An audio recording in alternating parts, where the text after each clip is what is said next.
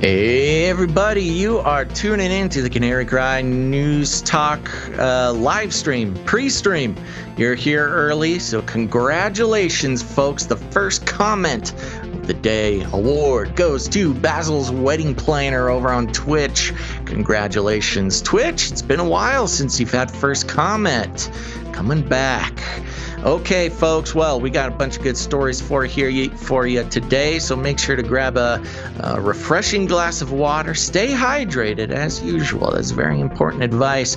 We're going to be taking, a lot of stories to cover today. We're probably going to be zooming through some of them, but there's just a lot of dots to connect. Okay, folks, if you have not done so already, you need to follow us on multiple platforms, whether that's youtube.com/canarycryradio, twitch.tv/canarycryradio. You can find us over on DLive, all over the place, folks. And there you go. So make sure to do that. It's the only way to make sure that you get notifications. Okay, well, we're just going to jump right into it here in just a moment. So buckle your seatbelts. It's going to be a bumpy ride.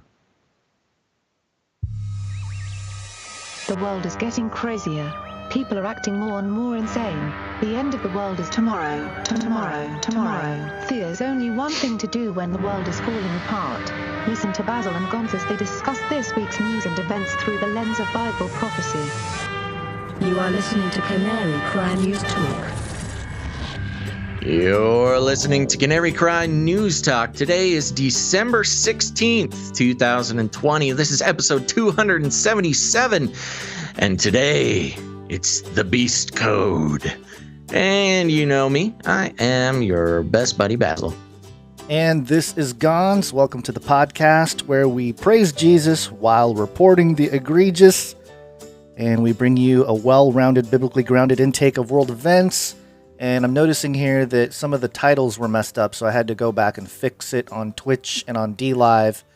But hopefully everybody sees the Beast Code and some of the subtitles that may or may not be a good idea for the algos. I don't think they like some of the title that's a new catchy catchphrase there. Yeah, it's interesting. This is the obviously notifications are not going out almost at all. At this point in the broadcast, we're usually in the hundreds of live viewers, and we are certainly not there yet. So we'll see. Make sure to share this out so people can catch the live broadcast. Make sure to hit that like button. Tell the algorithms that this show is worth taking a look at. But other than that, Gonz, what's going on with you? Not much. I'm just going to mention this. Bitcoin go to moon. All-time highs with Bitcoin. That's right. Let's see look here. at that. December It's 16th. 21,269. It broke the 21,000 barrier as we were getting ready for the show here. So, wow. Yeah, big day. That is crazy. Big day. Bitcoin has not been this high. Well, it's higher than it was, but it hasn't been this high in 3 years, basically.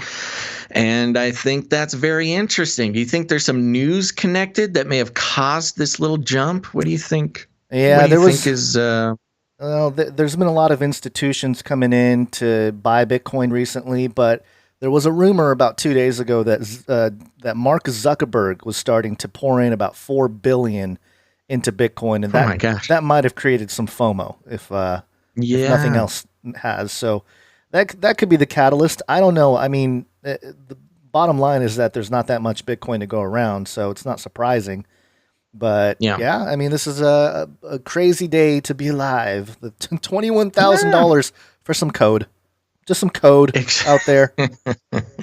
A historic day, and exciting for all you Bitcoin people all out there. Well, I do want to do a Called it. Because I have receipts. Back in, I think, May, I said that in Q4, which we're in right now, Bitcoin would hit 20,000. So I was right. Called it. You called it, buddy. I called it. But there you go. Yeah. And if the word of many analysts is to be believed, it's all uphill from here. There'll certainly be a pullback here, and if not today, at least in the next couple days. Happens every time you hit an all-time high. It might be a couple weeks, a couple months.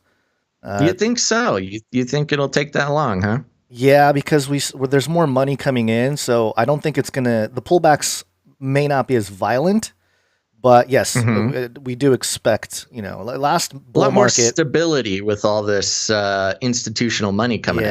Yeah, they don't want to see their portfolios go down 30-40%, which is what we saw between 2016 and 2017. When it went back to all-time highs back then, it was $1,000, and then in less than a year, went from 1,000 to 20,000, and then it dropped back down to 3,000. So we'll see something similar, but longer stretch of time because there's more money involved. Real roller coaster ride. It is. But yep, there you go. What was I think we made some predictions like several episodes ago, and I think I was in like 200 something thousand. You were in 150,000 or something. So. I mean, it's still a while before we. Yeah, we'll have to go back and check the records. I know we got to get a little notebook or something to keep all of our predictions in line. But yeah, there you go. That's a quick thing that happened. Fun times. Well, there is a little bit of hubbub that happened as far as election news. You got any little election updates for us? And so my question is very direct: is voting by mail secure? No. Yeah, first off, obviously there's still a lot going on. One thing I want to mention is why am I getting more credible information about what's going on with the election from social media? Like random citizens doing a better job of actually documenting, documents and stuff that's public, but I'm getting the info on social media from, citizen journalists rather than any kind of mainstream media. So number one, why is that the case? They have nothing to gain from controlling your narrative. I guess, but I mean, the people have been doing a pretty good job of collecting the evidence and sharing it. I've been following Code Monkeys, and he's done a pretty good job of collecting information and getting a community of people sharing all the data points that it's all public. It's not like this is conjecture or QAnon or Q post or something. This is like all public information that they're collecting and sharing. So yeah, I mean, it's just ridiculous. I mean, I'm not surprised, obviously, that the mainstream media isn't carrying it. But the other thing here that happened, I guess it was today, was there was like a Senate hearing, and there's some stuff that went down. This is a heated moment between Ron Johnson and Gary Peters. It's a couple minutes long, but then we'll get to the main part, which is Rand Paul. Rand Paul comes in at the end of this clip. You want to hear it, Basil? Let's hear it. Oh, what happened? Oh, boy. You're just teasing me. No, I know. I just messed it up. Hold on. Where did it go? Hit the play button. I love it when the play button doesn't do anything. Did you rewind it after last time you watched it? I did, but... Oh, man. What's going on? Here we go. A lot of browser issues the last couple of episodes. By the Justice Department. So it's just galling, and I just have to point out that the purveyors of Russian disinformation, Hillary Clinton's campaign, the DNC, the Steele dossier, the ranking member Peters accusing Senator Grassley and I of disseminating Russian disinformation, that's where the disinformation is coming. That's where the false information, the lies, the false allegations. I can't sit by here and listen to this and say that this is not disinformation, this hearing today. This is getting information we have to take a look at to restore confidence in our election integrity. We're not going to be able to just move on without bringing up these irregularities, examining them, and providing an explanation, and see where there really are problems so we can correct it moving forward. By the way, before we move on, for those of you watching, it's really interesting because this is Ron Johnson they're talking. Behind him, there's a thing that looks like DNA. I mean, I don't know what else to call it. It looks like DNA, like kind of a metal design version of DNA. I don't know if that means anything, but something to point out. Something I noticed. Signaling. I know.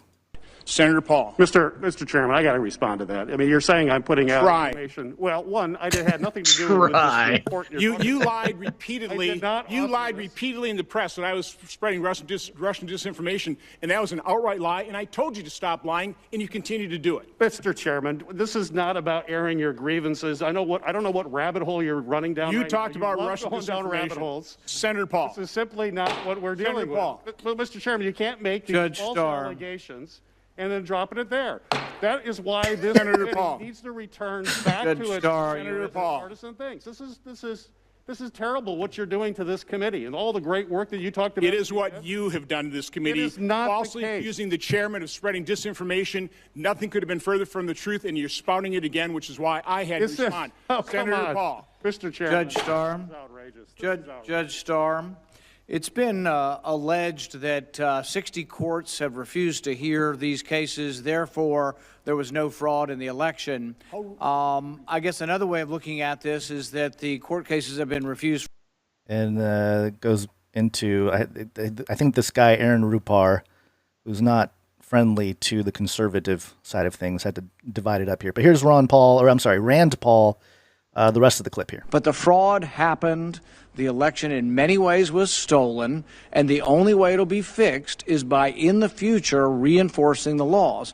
And the only last comment I would say on what Mr. Krebs, and he can speak for himself, but I think his job was keeping the foreigners out of the election. It was the most secure election based on security of the internet and technology. But he never has voiced an opinion he's welcome to today on whether or not dead people voted. I don't think he examined that. Did he examine non-citizens voting? So to say it was the safest election, sure, I agree with your statement if you're referring to foreign intervention. But if you're saying it's the safest election based on no dead people voted, no non-citizens voted, no people broke the absentee rules, I think that's false. And I think that's what's upset a lot of people on our side, is that they're taking your statement to mean, oh, well, there was no problem in the elections. I don't think you examined any of the problems that we've heard here. So really, you're just referring to something differently is the way I look at it. There you go. Rand Paul saying that the election was stolen. Well, I don't know if that's quite what he said, but pointing out, some good verbatim, Basil. misdirections. Hold on, though. Verbatim. What? But the fraud happened. The election in many ways was stolen. There you go. I mean, that's like pretty verbatim. The fraud happened. Yeah. The election was Sure. pretty much stolen. So, I mean, I'm not putting words in his mouth when I say that, but Yeah. but the thing that I think is interesting is Rand Paul is talking about, I don't think there was any foreign interference, which is not what the citizen journalists are saying. They're saying there's a lot of foreign interference, especially China with Dominion, the machines, and all that kind of stuff. There's some paper trails there. Well, I mean, even just on its face, the fact that Dominion and Smartmatic are basically foreign-run companies, right? That would count as foreign interference, I believe. Yeah. Well, we'll have to see if anything comes out of it. Obviously, they voted on the 14th, and Biden got the 270 electoral votes. And then on the 6th of January, that'll become official if they follow the Constitution. There's some other things that Trump can do to potentially pull it off here, but that's neither here nor there. I hope you're enjoying the show. Are you enjoying the show? Just keeps getting more exciting. Yes, you couldn't write it better than it's happening. No, but yeah, there you go. That's the election update. We don't like to meddle or peddle or whatever too much in the election stuff because there's a lot of other shows doing it, and every one of those shows is coming at it from either the right or the left. There's very few who are trying to analyze what's going on objectively, although I guess people on the conservative aisle will say that they're looking at it more objectively than the left side of things. Everybody thinks they're being objective, but the point is being, not having a partisan bias is pretty difficult. But there certainly is some pretty objective things to object to as far as the potential evidence, and it certainly is far from over. We never expected it to be quick. Yep. So there you go. That's our little election thing. Again, it may or may not come up as an adjacent to some of the things we report on throughout the show, but I don't think there's much of it today. Senjess over on Twitch mentions, does anybody remember the time Basil had a super awkward Canary Cry radio interview with Rand Paul? That's right. That's right. I did have a chance to sit down with Rand Paul one time. It just happened to be something that was, something that happened once. What year was that? Do you remember? Oh my gosh, 2014 maybe? Yeah, 13, something like that. 2014, 2015. This was back when he was kind of playing around with the idea of running for president, and he was getting the word out about the Federal Reserve and all this type of stuff. He was feeling out the waters. I almost want to say it was before. I don't know. I'm going to have to look at the dates on some things, but it was very fun. And yes, I was very nervous. It was an in-person interview, and it was one of those things where like his security people were like, what are you going to ask? What are you talking about? Where are you going to be? How far are you going to sit away from him? Let me see your microphone. It's like this whole thing, and there's all his security guys were like standing around the room. So you got really nervous. It was awkward.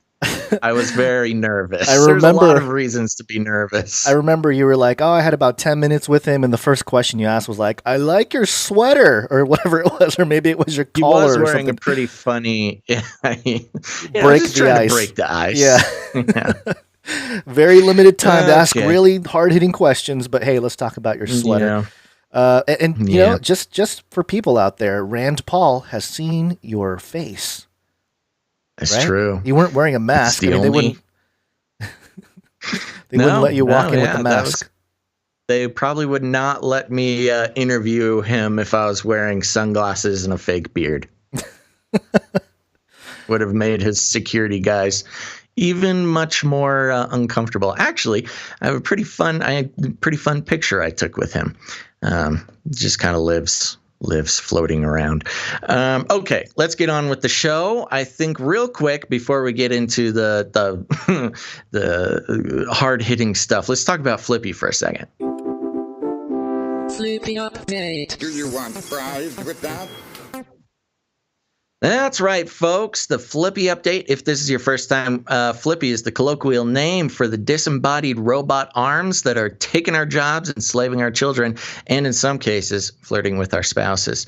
We use talking about Flippy as a proxy conversation to discover all the new and interesting ways that robots are taking over the world.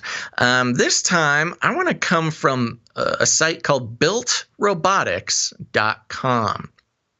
And builtrobotics.com is actually the official website for a company that creates AI robotic construction equipment, construction vehicles.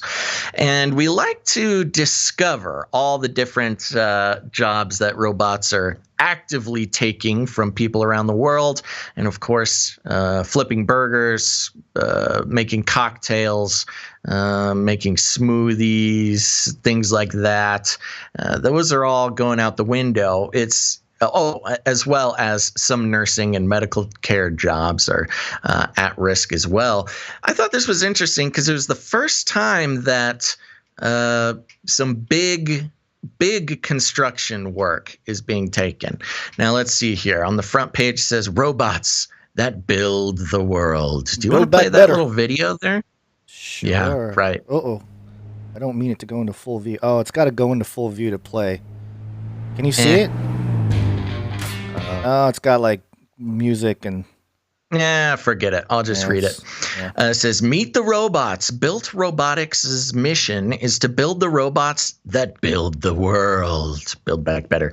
By upgrading off-the-shelf heavy equipment with AI guidance systems, Built's technology enables machines to operate fully autonomously. So this is not a remote-controlled bulldozer. This is fully autonomous heavy machinery.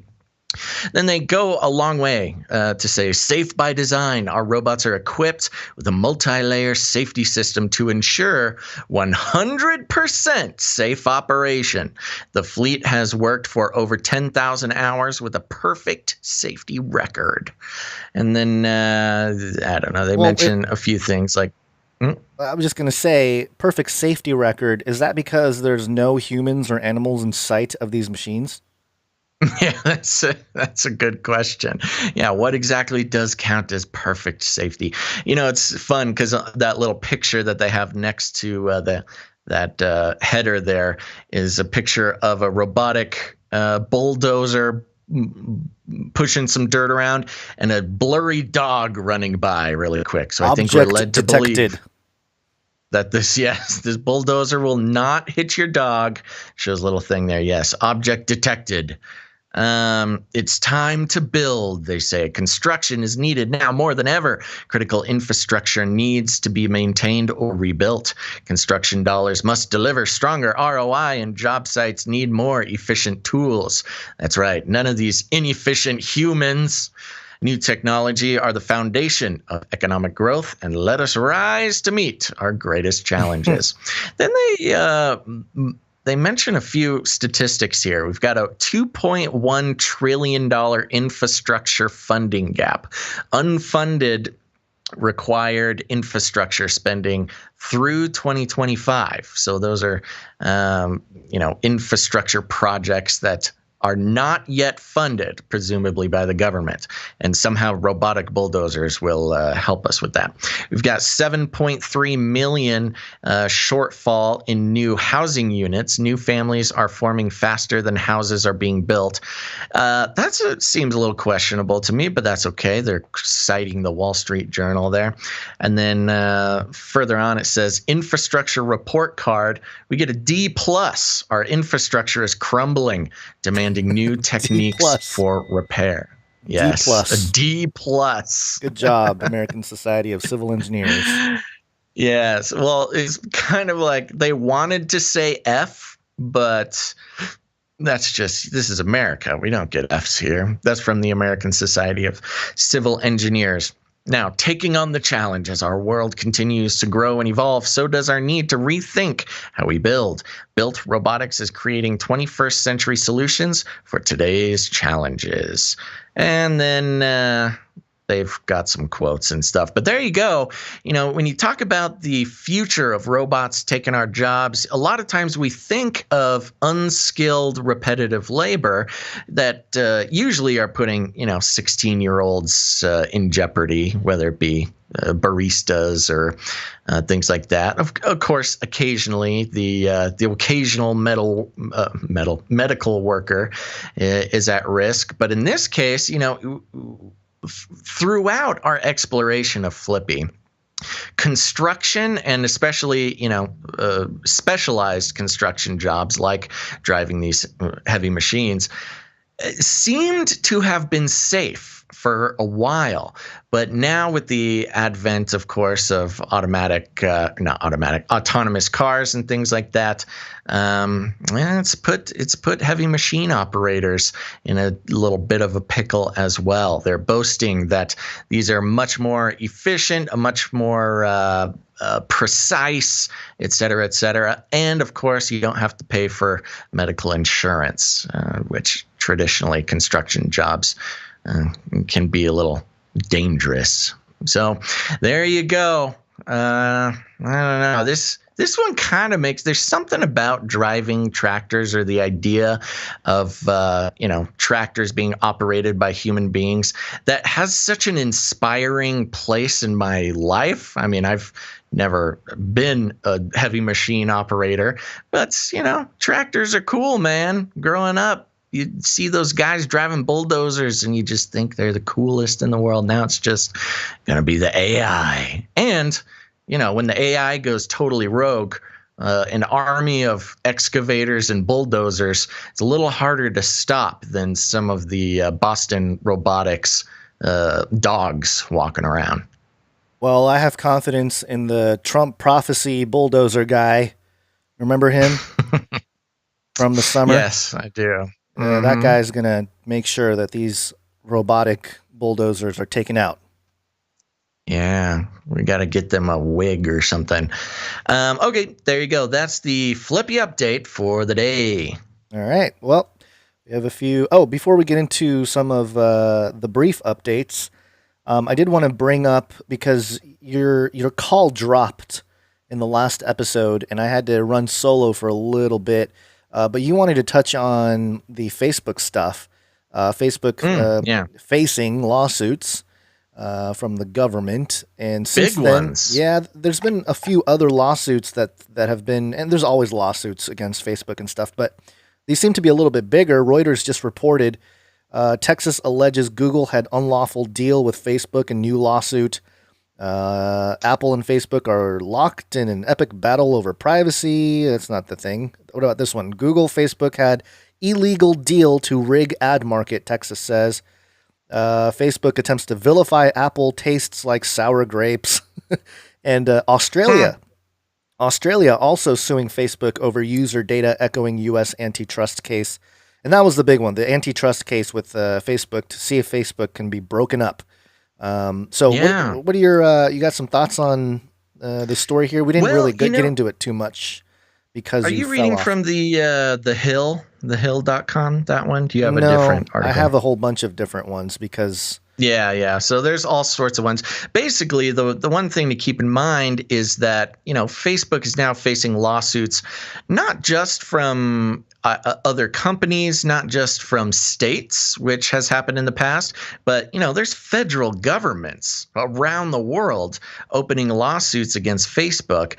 And of course, when we consider the panopticon, the New World Order, the control mechanisms, in a lot of the cases that we speak about them, we kind of talk about them in a homogenous sort of sense. But this is really interesting because what we're seeing is sort of a battle of the titans between governments and I guess Silicon Valley. I was trying to think of the right category because Google has a number of these going on as well.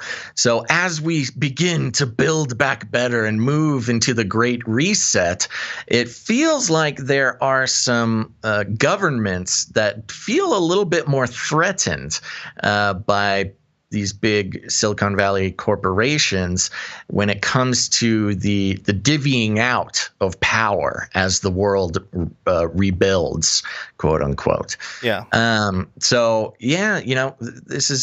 interesting because, a lot of times we talk about these control mechanisms as one big homogenous evil entity, but even within the ranks of the New World Order, Great Reset gang, there's battles for power, it seems. Well, it's a gamification. If you're Satan sitting on the throne of the world and everybody wants to get to your throne, you're going to allow them to eat each other on the way up. And right. Just some of the things here. Justice Department sued Google on October 20th. The Federal Trade Commission sued Facebook on December 9th. And the state attorney general, Facebook was sued by a coalition of 46 states, along with the District of Columbia and Guam. Wow. Even Guam is like, yep, count us in. Wow. Who are the other four states? Who are the four states that didn't? Whereas the District of Columbia, which is D.C., and Guam would jump in. I guess D.C. makes sense, but Guam. More America than four of the states there. But anyway, this is a big deal. We'll see what happens to, Section 230. That's the one Trump was harping on about. And the 230 thing is an issue, I think.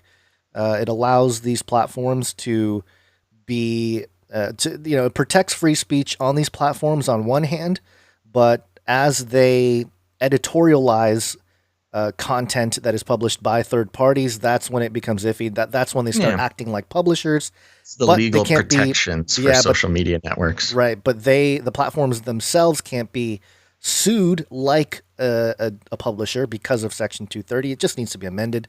But we'll see what happens. I don't know that it's going to break up the big tech companies, but certainly it could set them back a little bit. Yeah. Well, the But interesting thing as well is that not all these lawsuits are about 230.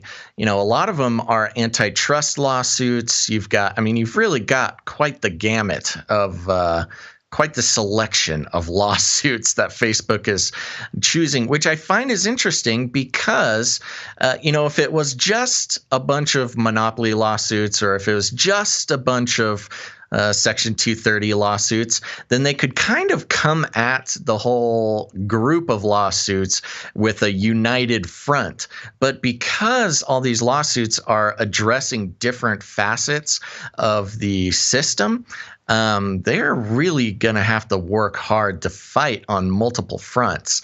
It seems, you never know with these big companies like Facebook, very powerful tech companies. They seem to pull off a lot of things nobody else can, but they certainly got their work cut out for them.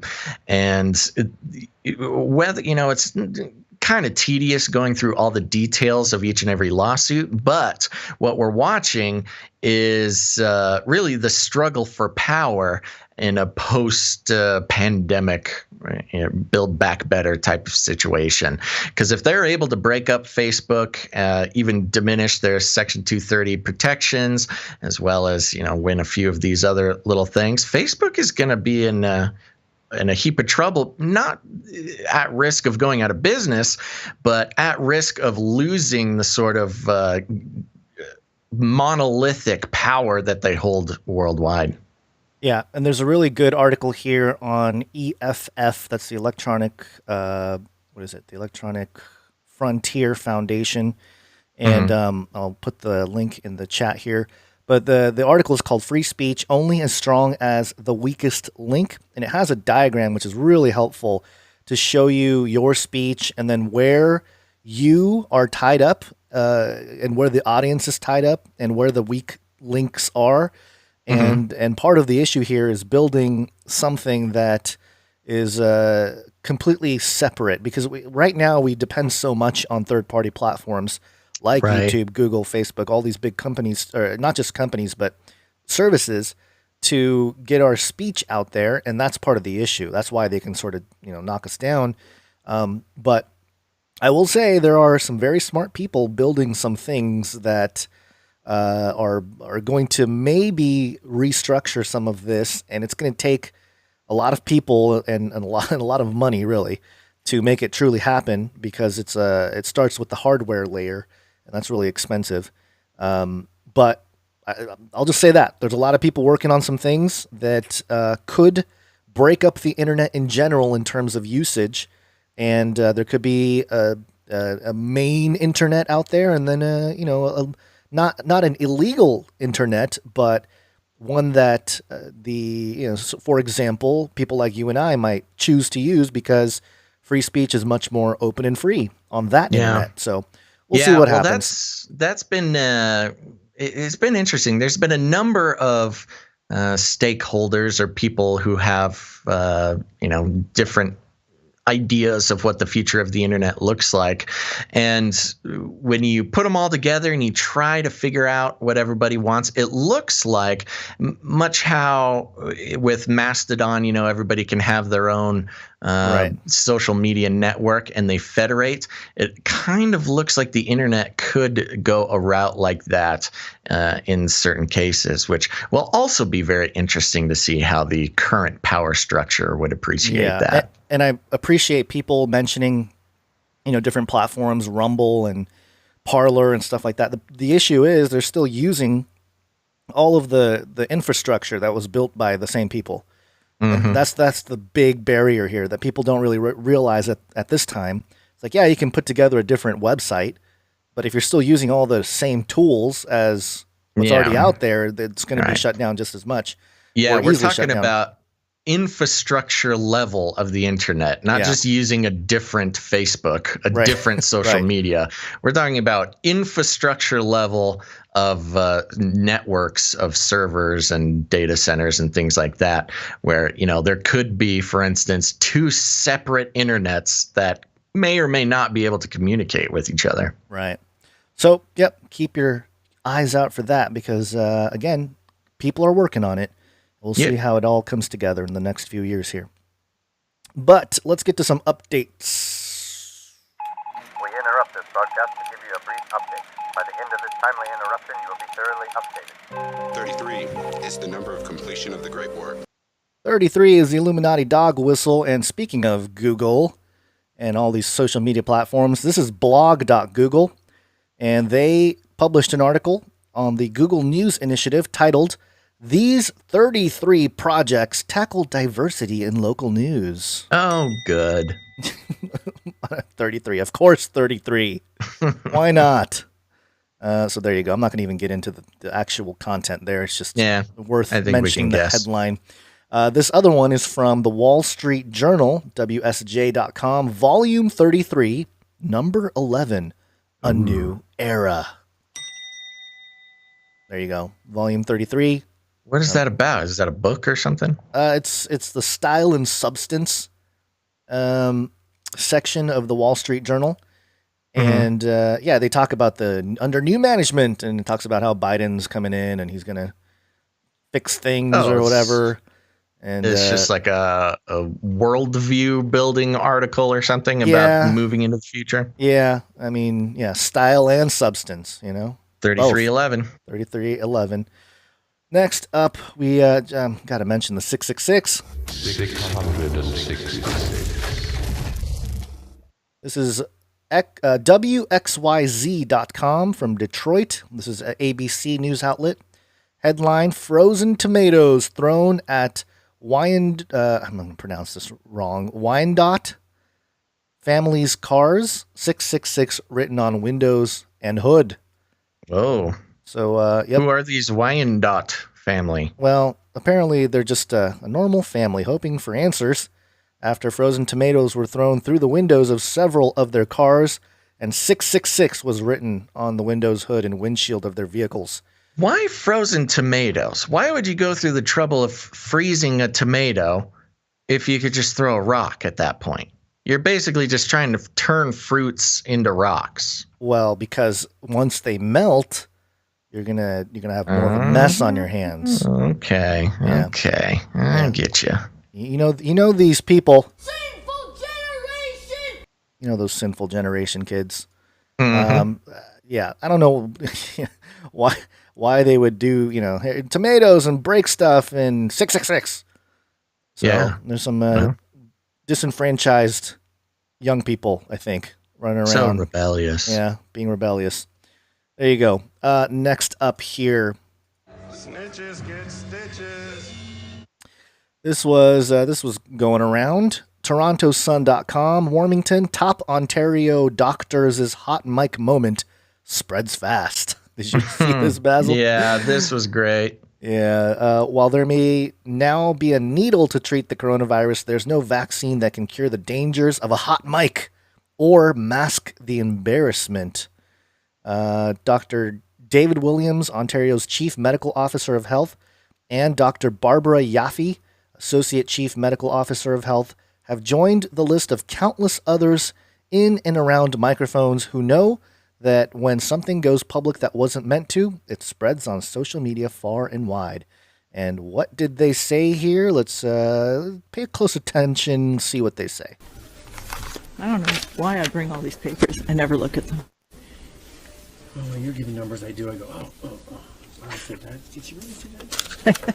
I just say whatever they write down for me. That's why you're guessing. There you go. Oh, she sounds so innocent when she says that. Oh, yeah. Why do we have all these papers? We never look at them. And then we just say what we're told, basically. Yeah, we just read what they write down for us. Which, on one hand, yes, is not a great look for doctors on television coming on to give their professional opinion about COVID-19. On the other hand, it is TV, and almost everything is scripted on TV. Shouldn't come as too much of a surprise. Yeah, even this show is scripted, Basil. We're not on TV. Yeah, well, no, we're on internet for now. Interweb TV. Yeah. Yep, there you go. I mean, yep, just add it to the list of blurred. What am I trying to say? Mess ups, hot mic, Lack Yeah. of Whoopsie daisies. Whoopsie daisies. Back where I come Okay. from, we call them whoopsie daisies. Very good. All right. Next up, I want you to take this one here. Sure, I got a little update here from. Oh, he stepped all over the jingle. I didn't know you had a jingle. You're going down, Olstein. Okay. It's going to happen. This is coming from NewYorkPost.com. Joel Osteen's Lakewood Church received $4.4 million in COVID-19 PPP loan. And which is easy to get upset about because what in the world are they doing over there? But just to mention, multimillionaire televangelist Joel Osteen's Lakewood Church in Texas netted $4.4 million in bailouts through the federal COVID-19 relief program. Records show the Houston megachurch, the largest in the nation, with 52,000 weekly congregants, received the Forgivable Paycheck Protection Program loan in late July, the Houston Business Journal reported Sunday. The loan was the third highest in the Houston area during all of July and August, the outlet noted, citing federal data. Lakewood's PPP check was sent to 368 full and part-time employees. Spokesman Donald Iloff told the Houston Business Journal. He said in-person services that were suspended from March 15th through October 18th due to the COVID-19 pandemic impacted, quote, its ability to collect substantial donations during those services. So, it's, I will say, people, it's easy to get uproarious about Joel Osteen getting $4.4 million from the government. But I'm glad to know that 368 ministry workers, hopefully they're able to feed their kids throughout the pandemic with that. Yeah, it's about $12,000 per person if you divide it. I know it's full-time and part-time, so it's not exactly that. Yeah. But 4.4 million divided by 368, I believe. Let me do it one more time just to make sure. 368. Yeah. Just under $12,000 per person. So not as egregious as it seems, but still. Right. Government. Yeah. Government. Yeah, well, plus you've got all the anti-church people who just hate it when churches get any money from the government. That is interesting, though. The separation of church and state people were not very happy about churches receiving PPP loans considering their tax-exempt status. However, we got to remember that, almost 400 real people, got to feed their kids during the time. Yeah, but also small businesses need to too. So it's a difficult thing. You're giving 4.4 million to the Lakewood Church there, but then the small churches, they don't get much or anything. Ain't that just how it goes? Yeah, small. Of my church didn't get anything from it. Yeah, that's how it goes. The big guys win, the little guys die. Yeah, it's part of the process. Moving on here, we have an interesting update here. CRISPR. Cas9. My tummy is rumbling. Okay. This is from the FDA. FDA.gov.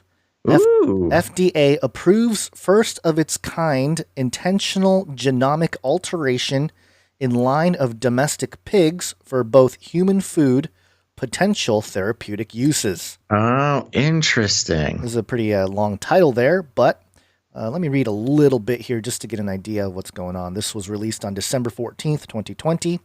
Today, the U.S.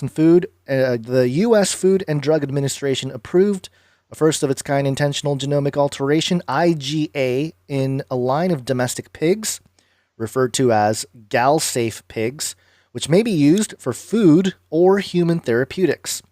This is the first IGA in an animal that the FDA has approved for both human food consumption and as a source for potential therapeutic uses. The IGA in gal-safe pigs is intended to eliminate alpha-gal sugar on the surface of the pigs' cells. People with alpha-gal syndrome may have mild or severe allergic reactions to alpha-gal sugar found in red meat.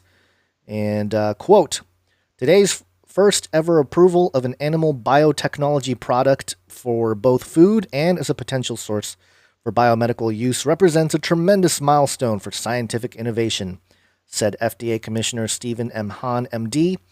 Quote, as part of our public health mission, the FDA strongly supports advancing innovative animal biotechnology products that are safe for animals, safe for people, and achieve their intended results. Today's action underscores the success of the FDA in modernizing our scientific processes to optimize a risk-based approach and advance cutting-edge innovations in which consumers can have confidence. And it goes into some more stuff here, but very interesting, not the least of which is on the heels of Elon Musk's pig Neuralink pig experiments in the brain of pigs. Yeah, I was going to say, happy pigs, as long as they're happy. Elon Musk is happy. Yeah. So there you go. The FDA approving genomic alterations, and this is probably just the beginning when it comes to this type of thing.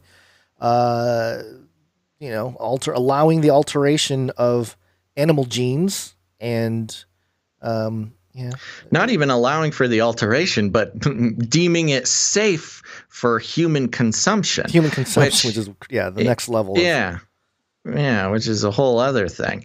And I wonder what these therapeutic effects they're talking about is. It's maybe some byproducts used in medicine or something. Yeah, I think they were talking about. Here's. Let's see. Yeah, I didn't see too much. Oh, the tick bites.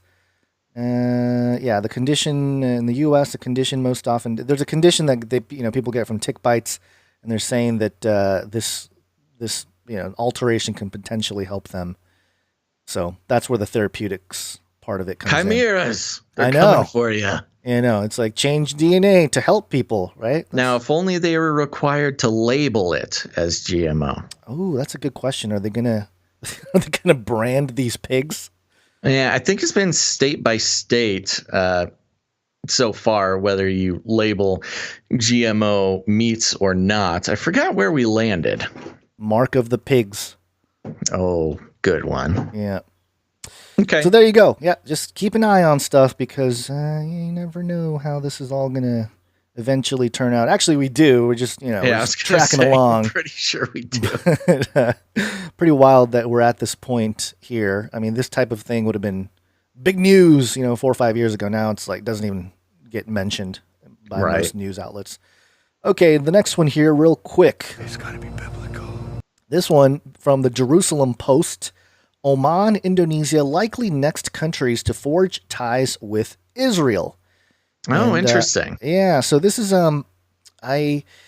this depends on some of my views about modern Israel, and not the people, but the the government involved there, the Zionist regime, and how it might play a role in the end times. And in the book of Revelation, it is my opinion, and I know people might disagree with me, that's fine. My opinion that Mystery Babylon mentioned in Revelation 17 and 18 is eschatological Jerusalem. Maybe not Israel or anything right now, but eschatological Jerusalem. And it talks about how the Mystery Babylon fornicates with all the kings of the world. And so this kind of plays into that, all these ties that Israel is making with the neighboring nations there. It just seems to be aligned with that type of interpretation of some of that text. And again, you don't have to agree with me on the interpretation, but just thought I'd bring it to your attention because it is kind of another feather in the cap of those who say that eschatological Jerusalem and end times Israel is part of Mystery Babylon and part of what will be a main role in how the end times unfolds with the man of sin. Many people think he's not going to be a Jewish man, but there's good evidence scripturally that he will present himself as the Jewish Messiah and protect Israel against enemies of Israel. And that'll be interesting for American evangelicals to deal with when it comes to that, because if there's a man that comes, a charismatic military leader that comes out and defends Israel against, for example, Islamic forces that surround Israel and hate Israel, American evangelicals are all about that, and that could be part of the deception. So just wanted to mention that in our updates. And moving on. Speaking of the beast system. Beast system. Actually, that's the wrong jingle. But close enough because this is the one I wanted to bring up here. Most modeling is kind of acting like a beast, but making it fashion. Beast. But then make it fashion. Yeah, this is coming from Toronto.citynews.ca. Canadian fashion mogul Peter Nygaard charged with sex trafficking. Authorities in the United States say Canadian fashion mogul Peter Nygaard has been indicted on 9 charges, including racketeering and sex trafficking. A news release from the United States Attorney's Office for the Southern District of New York, which is a very active U.S. Attorney's Office. They have brought so many. They were the ones who came after Epstein, actually, and I believe they're the ones currently handling the prosecution of Ghislaine Maxwell, which we haven't heard a lot from. But I thought this was interesting. This guy, he's being indicted on charges similar, although smaller in scope, that we saw with Epstein, although he kind of just looks like the type of guy who would be involved in some Epstein shenanigans. Unfortunately, I mean, I don't want to profile the guy or anything, but yeah, man. I think it's his hair. The allegations include, him using his fashion. I guess he's some big fashion designer. I didn't know much about him before this, but of course, using that to manipulate underage and abused, mostly women, I believe, into all sorts of unfortunate situations. And I'm curious if this was a Ghislaine Maxwell, if she copped to it, if she's given tips in order to get out of her own situation. Yeah, throw some people under the bus to protect her own skin. Yeah, it's possible. Yeah, it's been a little while since there's been an influx of info about cases or indictments or things like that stemming from the Epstein case. But I think considering this was the same attorney's, Southern District of New York Attorney's Office that is bringing all the prosecution on the Epstein case now coming after this guy, you have to assume that they're connected in one way or another. Yeah. But at least they caught a guy. At least there's somebody going down. And obviously, this is just when this happens, it is kind of throwing certain people under the bus and not taking down the entire thing. Just a small snippet. Well, that's what it was. It was nice to see that this was at least, it's pretty big time guy as far as, whatever. The amounts of crimes that they're coming after him for are significantly lower than were on the Epstein case. But, everyone that gets justice is a win. Yep. But there's more. Speaking of the beast system. Beast system. Artificial intelligence. This was a very interesting story. My gosh, there's so many pop-ups on this website. This is govconwire.com. Govconwire.com. Weird. Headline, Microsoft helps form National Council for Artificial Intelligence. Yeah, more councils is what we need. Yes, Organizations, more bureaucracy. It's the only way to save the world. Yeah. Organizations across the U.S. financial services, technology, and academic industries, including Microsoft, have announced the formation of a new National Council for Artificial Intelligence, the NCAI. How many of these can we possibly have? We need more. We need more groups. The company said Friday the council will work to expand technology solutions to solve challenges within the industry.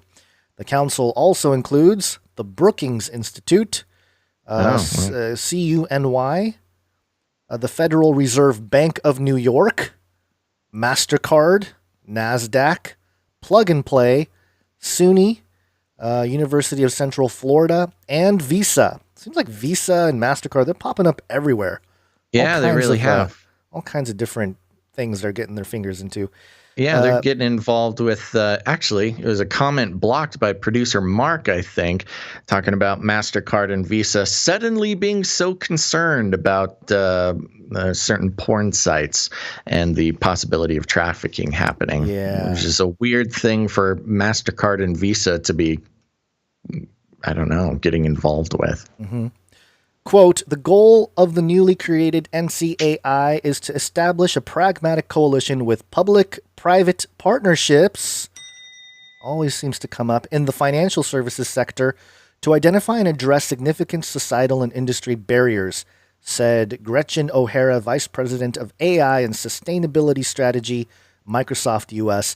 Again, this is part of the Great Reset. We're actually seeing all these organizations put together these councils and different moves. We've been reporting on a whole bunch of these things going on for the last several episodes, and it's the Great Reset. You know, everyone's kind of waiting for this moment, but it's like, no, this is a slow-rolling thing, and it's happening very quietly, almost. You know, the big announcement of the reset, but then, you know, the Visa, MasterCard, and Federal Reserve being involved in a bunch of this stuff is a dead giveaway that this is part of the Great Reset, and you know, more bureaucracy to control AI, or at least keep a tab on AI and include these big allegedly.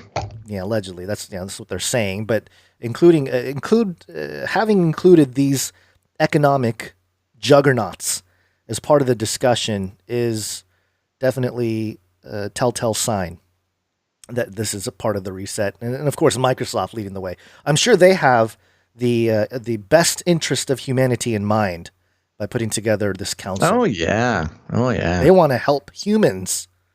Yes, with their AI of course. system. And So- why not, put people in charge like credit card companies? And the Federal Reserve, real Yeah. trustworthy people to They've run always the had AI. our best interest in mind. Yeah. Okay, I got one last update before we start getting into some longer stories here. Speaking of the beast system. Beast system. Coming from biometricupdate.com. Mexico approves rollout of national biometric digital ID card, putting them on the list of companies coming out with not just digital. What did I say? Companies? Yeah, countries. Which is that's a really interesting slip up because it does speak to what's taking place right now. With the Facebook thing we talked about at the beginning here. But anyway, go on. Yeah, sure. So yes, Mexico approves rollout of national biometric digital ID card.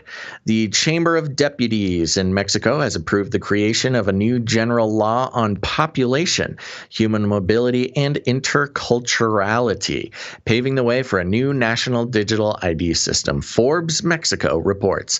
The new law, which passed with 426 votes in favor, 3 abstentions, and 1 against. Who is this one against? Will enable the Ministry of the Interior to create a database with the personal data of Mexicans, including biometrics.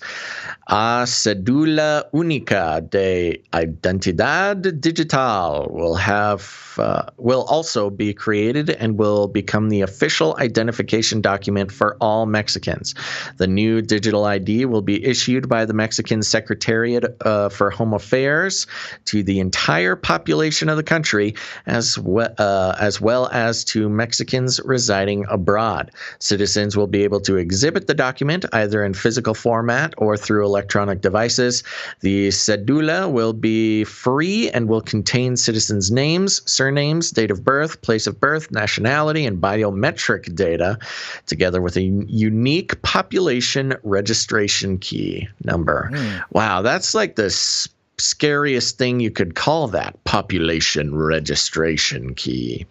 According to the Yucatan Times, the new digital ID will also contain information related to the certificate number of disability when applicable and self-inscription as a member of the indigenous peoples or Afro-Mexican population.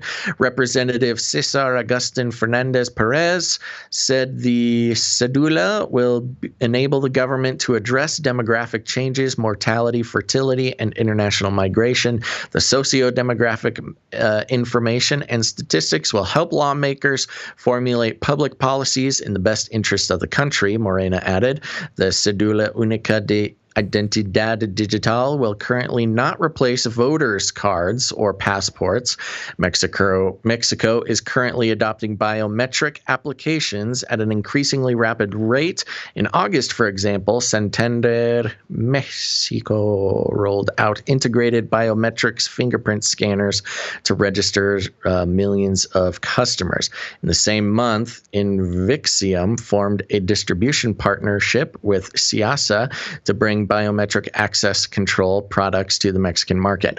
Now, I read that whole thing, Gons, because what is missing? I don't know. Vaccinations.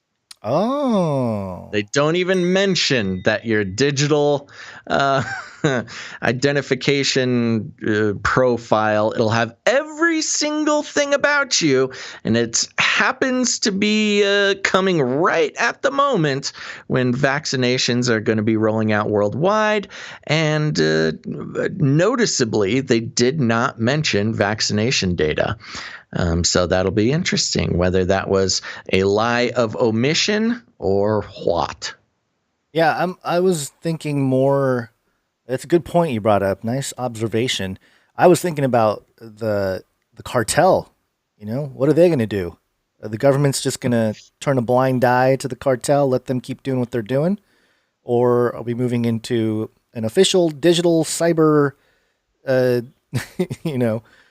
special ID for them to continue with their work? I'm sure they'll be in the same system as everyone else. But, an interesting, comparison to make or angle as well is, of course, with immigration to the United States. If all Mexicans are registered with this digital ID, I could see how maybe somehow the United States would be involved in pushing this forward. Interesting how it was almost unanimous, unanimously voted in their lawmaking procedures there, with one lonely nay in the sea of yays and a couple absentees. And he will get a phone call and a knock at the door in the next few days. It was the capitulate or die. Well, it is interesting regarding your cartel angle as well. Is, famously, and this is not strictly reserved for Mexico, if this happens all over the world, but, famously, Mexican lawmakers being on the payroll for certain cartels, that would go a long way to explain a unanimous vote, nearly unanimous vote. Oh, yeah. So regarding your comment about the cartels, sounds like they're all for it. Yeah, and the exchange of digital identification information between nations will be very interesting. Yeah, depending on who's in charge here in the U.S. It might be another selling point for a U.S. version of this. Mexico has it, so we must create something interoperable and could be used as a conservative talking point as well, pro digital ID. We must be able to compare databases with Mexico for illegal immigration purposes. Yeah, and Trump will come out and say, "We'll build a wall. It'll be a digital wall. We will launch a new age." It's a firewall. It's a firewall. All right. I don't know what that means, but it sounds hot. It's hot.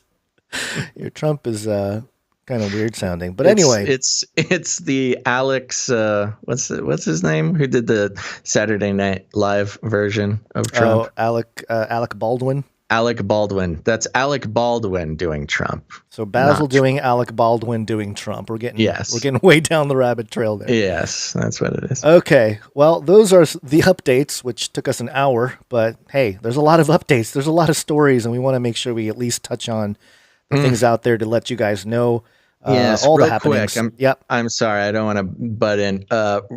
Mentioned by producer Mark, but a Digi ID still won't be required to vote.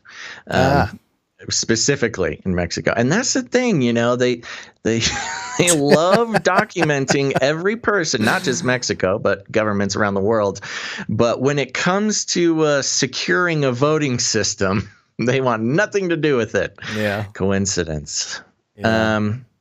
Given the story we just read about the digital ID in Mexico, I'm wondering if I should read through the Canary Cry Dutchman's email. It's connected. Which one's the Canary Cry Dutchman? Oh, you mean Lloyd? Yeah. Yeah, why don't you do that now? Might as well. I'll just do this real quick. This was from our official Canary Cry Dutchman. Thank you, producer Lloyd. Dear Basil and Gons, hereby I deliver to you another quick Rona update sent to you from the eastern part of Sodom. Yesterday evening at 7 p.m., Dutch local time President Mark Rutte held his Rona speech. Like I mentioned in my previous update, the Dutch government announced in cooperation with the RIVM, it's a Dutch WHO clone, that all non-essential businesses will be closed until further notice. Not even an end date on that. I hate that. In the Netherlands, we have a digital social security system called DigiD, short for digital ID.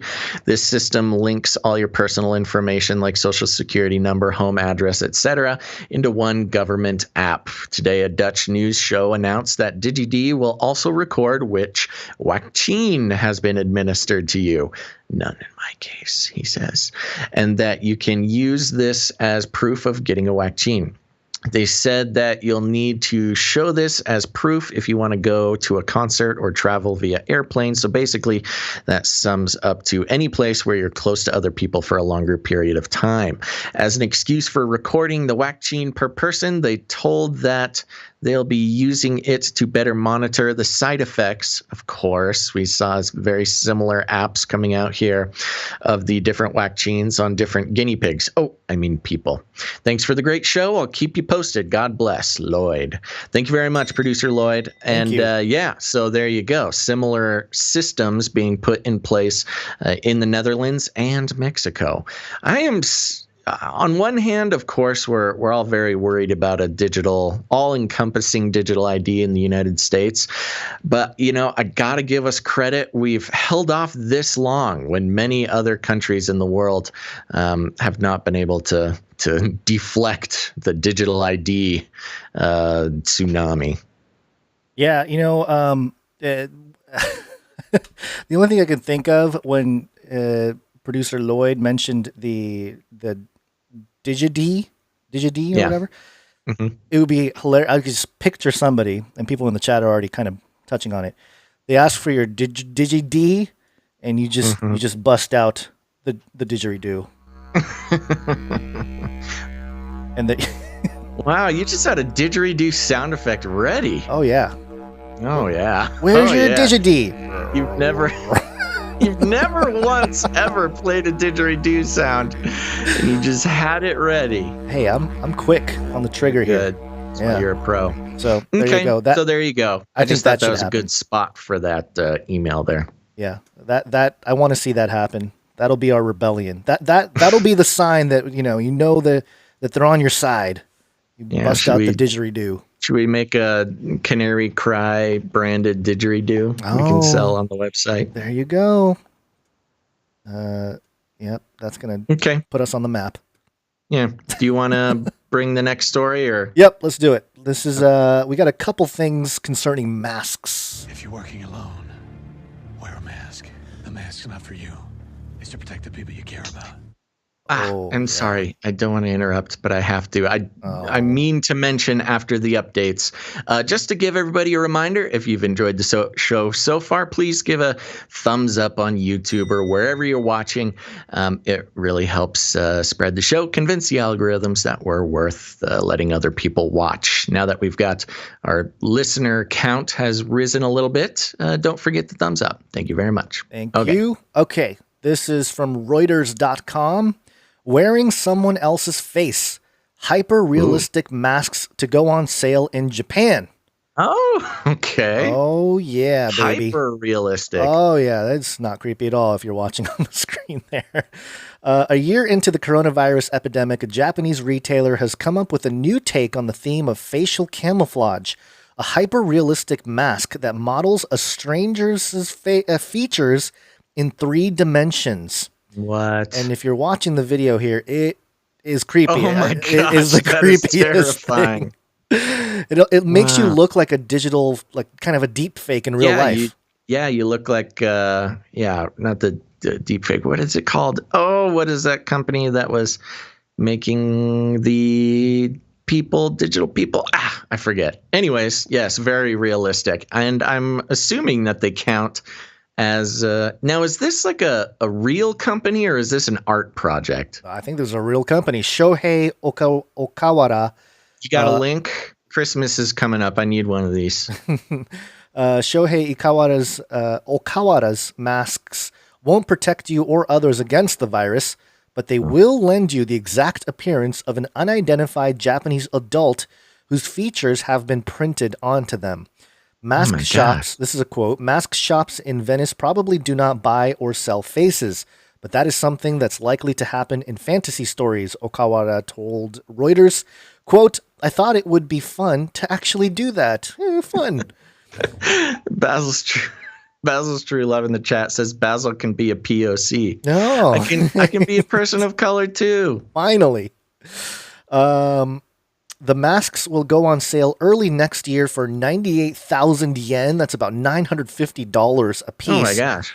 To his Tokyo shop, Kamenya Omote, whose products are popular as accessories for parties and theatrical performances. So there you go. They are kind of meant for that stuff, but this one in particular is, I guess, coming into use for this particular reason. Okawara chose his model, whom he paid 40,000 yen from more than 100 applicants who sent him their photos when he launched the project in October. Wow, so the people whose face it actually is, who will now be, identified on facial recognition cameras all over Japan, got half as much. They got paid $500 basically, and he's selling each one for $900. So okay, well, yeah, he's a frugal businessman. An artisan then reworked the winning image created on a 3D printer. Initial inquiries suggested demand for the masks will be strong, Okawara said. As is often, this is a quote, as is often the case with the customers of my shop, there are not so many people who buy face masks for specific purposes. Most see them as art pieces. He plans to gradually add new faces, including some from overseas, to the lineup. So, yeah, I mean... Yeah, some from overseas. There we go. Maybe... I just had a thought, which is I could get my face made, just add it to his inventory there. And then of course, the hope would be that my face would be worn by thousands of people across the world, getting read by facial recognition cameras. And then it would become like a Guy Fawkes mask, It would have to have big googly eyes on it. But this, I do want to throw in a little wrench here. This might become much more handy than you think, especially with a story here that came out on nextgov.com a few days ago. Intel agencies seek to perfect biometric recognition from drones. And they're basically saying that facial recognition is a main part of this is perfected by IARPA, Intelligence Advanced Research Projects activity. Right. To use drones to identify people from far away. The solicitation call notes facial recognition has, quote, increasingly become the biometric modality best suited for intelligence community and DoD missions. But this Japanese guy said, not so fast. You will not identify me. It's like deep fakes in real life. Yeah. Pretty crazy. But, yeah, it's creepy, but also it's kind of like, yeah, I could see myself using a fake face. And then if you put on a hat or a beanie or something, and then a mask, like a face, like a face mask type thing, the Rona mask, or wear a hoodie or something. Yeah, wear a hoodie. You're definitely not going to be easily identified. Yeah, where you won't see the sort of sides of the mask either. Right. It'll just, yeah. Yeah. Well, I got a story about masks. If you're working alone, wear a mask. The mask's not for you. It's to protect the people you care about. NewYorkPost.com, the article's titled, Wearing a Used Mask Could Be Worse Than No Mask Amid COVID-19 Study. Wearing a used mask could be more dangerous than not wearing one at all when it comes to warding off COVID-19, a new study has found. A new 3-layer surgical mask is 65% efficient in filtering particles in the air, but when used, that number drops to 25%, according to the study published Tuesday in the Physics of Fluids. Researchers from the University of Massachusetts Lowell and California Baptist University say that masks slow down airflow, making people more susceptible to breathing in particles. And a dirty face mask can't effectively filter out the tiniest of droplets. Quote, it is natural to think that wearing a mask, no matter new or old, should always be better than nothing. That's what Dr. Fauci told us, said author Jingzheng Ji. Quote, our results show that this belief is only true for particles larger than 5 micrometers, but not for fine particles smaller than 2.5 micrometers. Will you look up COVID size real quick, just so we can compare that? To reach their findings, researchers used a computer model of a person wearing a pleated, of course, it has to be a computer model, okay, wearing a pleated 3-layer surgical mask to track how the face covering affected airflow and how particles passed through. They also looked at how tiny droplets settled onto the face in the airway and where they land in the nose, pharynx, and deep lung. They found that wearing a mask significantly slows down airflow, reducing a mask's efficacy and making a person more susceptible to inhaling aerosols into the nose, where SARS-CoV-2 likes to lurk. Quote, in this study, we found that the protective efficacy of a mask for the nasal airway decreases at lower inhalation flow rates, the study said. Let me read that again. In this study, we found that the protective efficacy of a mask for the nasal airway decreases at lower inhalation flow rates. Oh, that's interesting. Okay. So they say a mask inherently slows your breathing rate, of course, and at these slower breathing rates, your mask isn't very effective. The pleats of a face mask also significantly affect airflow patterns, and their efficacy changes with more use, the researchers found. The team plans to study how mask shapes affect protection from COVID-19. Quote, we hope public health authorities strengthen the current preventative measures to curb COVID-19 transmission, like choosing a more effective mask, wearing it properly for the highest protection, and avoid using an excessively used expired surgical mask, said Xi. A couple things on this. I feel like number one, just right off the bat, that this, I'm wondering if this study was funded by one-time mask manufacturers.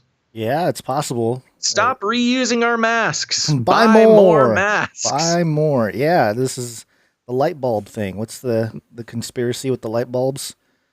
Oh gosh, what it's called. Yeah, no, I know what it's called. We are pausing the show until I can figure planned obsolescence. Planned obsolescence. Thank you. Yes. They build in a fail rate to their thing, so you keep buying more.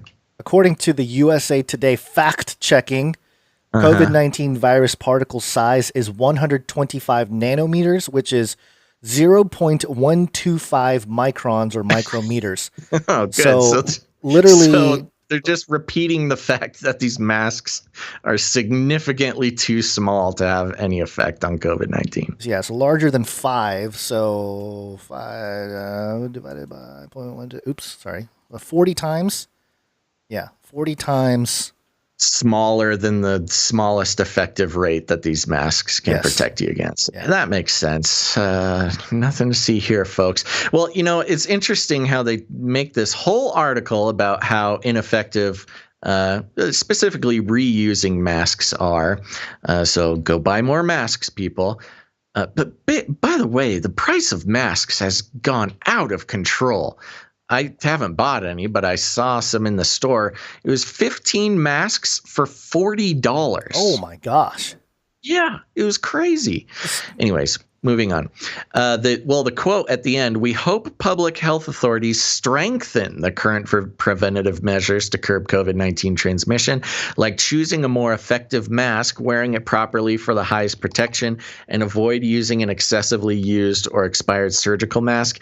You know where I also think that this will be used as a case for is government mandated like an actual government mask, like the mask. Yeah. None of this making your own masks. None of this, just put a sock over your nose. None of this stuff.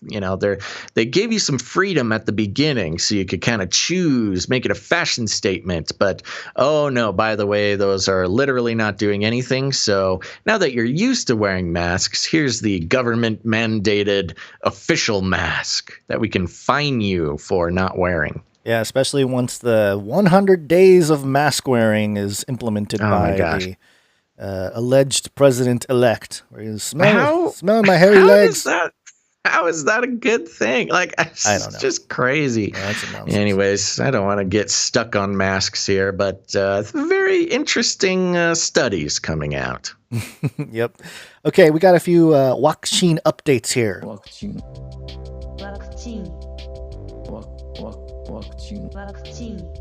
This was originally published on WAPO, but I ran into a paywall, so I'm going to report it from bgr.com. Here's what we know about the new coronavirus mutation that's spreading rapidly. And I'll read the bullet points here. I guess we can go into the article, but the bullet points have UK health officials have discovered a new coronavirus mutation that is spread rapidly in the UK. Neither researchers nor health officials know whether the strain is more infectious or whether it might complicate matters with vaccines and COVID-19 immunity. Scientists have said the new strain actually carries 17 distinct genetic changes, most of them impacting the spike protein that the virus uses to infect cells. Antibodies created after infection or vaccination target the spike protein, so any major changes to that protein might impact COVID-19 immunity. Oh, how convenient that they release a vax to everybody, and then right away we have a mutation that may even threaten the vaccine efficacy there.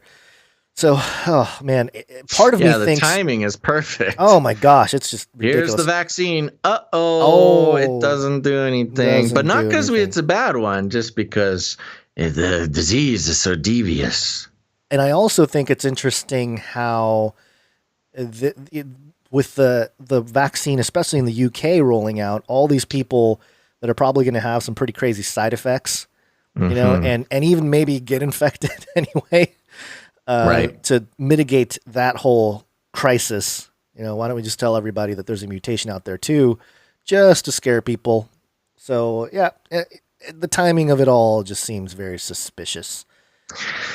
I get a lot of Instagram ads for masks, different masks. A lot of companies coming out with more permanent type masks made of plastic and different respirators and, full helmets. We've had some of them on the show. Right. I'm waiting for one that has like a little microphone on the inside and a speaker, or maybe like a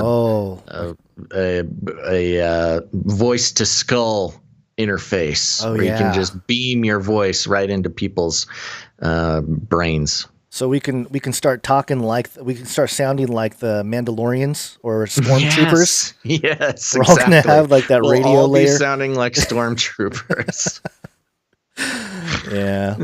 Okay. Well, I got another story here from you. Speaking of Vax Week over in the UK, PsyOps. That's right. Last week was the first week of vaccinations in the UK.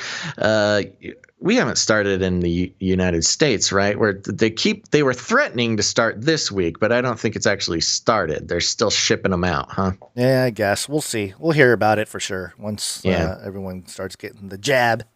So this is coming from CNBC.com, and in a headline that is surprising to literally no one, Pfizer's CEO hasn't gotten his COVID vaccine yet, saying he doesn't want to cut in line. Oh, okay. All right. What a moral and ethical, upstanding big pharma CEO caring about the little guy. It's a good excuse. If I was the Pfizer CEO, that's the excuse that I would have paid my PR people to come up with too. Pfizer CEO Albert Bourla hasn't received his company's COVID-19 vaccine shot yet, saying Monday he and other executives will not, quote, cut the line as U.S. officials kick off a massive effort to distribute the vaccines across the country. The vaccine, which Pfizer developed in partnership with Germany-based BioNTech, is the first approved for emergency use in the U.S. to prevent COVID-19. The Food and Drug Administration on Friday authorized the vaccine for use in people 16 and older. And the Centers for Disease Control and Prevention on Sunday officially recommended its use. However, there are limited doses available, and as such, the CDC has recommended states prioritize healthcare workers and long-term care residents for initial distribution, with the exception of Pennsylvania's biggest healthcare system, who will not be taking the vaccine. While Bourla's company developed the vaccine, he is not a frontline health worker himself. He said he's also 59 and in relatively good health, so it's not entirely appropriate for him to receive the vaccine before other people who need it more. If he was vaccinated on camera, he said it might help increase the public's willingness to receive it. No, citing Pfizer's internal research. But he emphasized that, quote, none of the executives and board members will cut the line. Bourla also urged Americans to basically what he's saying there is, it would really help out the public, optics on the vaccine if me and my other executives got it. We could get other people to take it and save more lives. But, man, we're not going to do that because we don't want to. Bourla also urged Americans to trust science and encourage people to get vaccinated when appropriate based on their age and occupation. Quote, this is a vaccine that was developed without cutting corners from a company with 171 years of credentials, Bourla said Monday on Squawk Box. This is a vaccine that was developed in the spotlight, in the daylight, with all the data being put in a server. That doesn't what does make that have it, to do with anything? It doesn't make it transparent. All the data was put in a server, so, it's fine. These people think either they are unintelligent or they think the rest of us are really unintelligent or something. I think maybe Pfizer, he Pfizer doesn't know what a server is. Probably not, but wasn't Pfizer the one that didn't publish any of their data until they started rolling out the vaccines in the UK and everything? Yeah, they still haven't released all the data, and they're the ones who they're not the ones saying it, but people keep saying that there was no adverse events during their trials. And there was a bunch of adverse events. Including people that died. Yes. 2 specifically that died, and then 4 more that died, but they didn't die from the vaccine. They Trust the science, guns. They got the placebo, so anyway, go on. Bourla's comments come as the first deliveries of doses are set to arrive at more than 100 of the countries. I did it again. I can't. Country, man. It's all merging into one thing. That's true. They're all the same to me. 100 of the country's 636 predetermined. Dang, so close on that one. I know, just 30 more. 636. No, 33 more. No, I'm sorry, 30 more. Yeah, yeah, 30 more. Some bad math. Predetermined distribution sites. Some frontline healthcare workers are due to be vaccinated as soon as Monday morning. And vaccination is set to begin among long-term care residents next week, according to Operation Warp Speed officials. So allegedly, some people were supposed to get vaccinated 2 days ago. Have you heard anything about this? A little bit. I mean, I just heard the FDA approval. And remember, we talked about but there's no televised vaccination of healthcare workers, is there? Yet. Not yet. I don't know. Maybe there was. Maybe the chat can tell us if there was. Is there secret vaccinations that they're not telling us about? Maybe. I don't know. But I'm still waiting for Bush Jr., Obama, and Clinton coming out. Hey, get the jab. I know. Get the jab. And then Bush hold Jr. on here. Ebony Blaze, that's producer Charlie. I just emailed you an article about the first vax. Okay, pulling it up now. Thank you, producer Charlie. MarketWatch.com. Watch. Relieved Americans applaud as Pfizer BioNTech COVID-19 vaccine rolls out across the country. You want to jump on that link and put it on the stream real quick? It's already up, buddy. Oh, you're already so up. fast. Yeah. Well, the problem is I don't have a live stream. Oh, Okay. I could, though, if I paid attention. Okay, here we go. As the U.S. death toll from the coronavirus pandemic neared 300,000 on Monday, video and images of the first doses of the Pfizer BioNTech COVID-19 vaccine being delivered and administered gave people a shot of hope. In Queens, New York, Northwell Health nurse Sandra Lindsay became the first person in the U.S. to receive the coronavirus vaccine. What is the date on this? This was 2 days ago. This was Monday, which just received emergency use authorization from the Food and Drug Administration on Friday. Video footage of the critical care nurse getting the long-awaited inoculation went viral on Twitter on Monday morning. Not that viral. I didn't get it. Quote, "It didn't feel any different from taking any other vaccine," said Lindsay, who received the shot to a round of applause. Oh, clap, please clap. Quote, "I feel hopeful today, relieved," she added while speaking to journalists at Long Island Jewish Medical Center in New York. And her fellow Americans have been sharing those feelings on social media since the first of nearly 3 million doses of the Pfizer BioNTech vaccine started shipping out on Sunday. Onlookers also cheered as FedEx and UPS delivery trucks left the Pfizer facility in Portage, Michigan, near Kalamazoo at around 8:25 a.m. local time on Sunday. Can you say manufactured news story? Yeah, how would these regular people know exactly when the UPS and FedEx trucks carrying the vaccines would be rolling out of the distribution facility? This whole thing and the video that they have here, it's got like Cuomo on a live stream and you gotta have Cuomo. Yeah, the shots going in and stuff. This is like scientific virtue signaling. Because nobody in the public knows what's actually in the syringe there. There's no way to verify as a public. Much less the FedEx truck pulling out. The FedEx truck. But yeah, this is a lot of signaling going on, and it's just a big show. It's pretty ridiculous here. Of course it is. Well, and they're saying it right here, talking over and over about how this gave hope to the American people.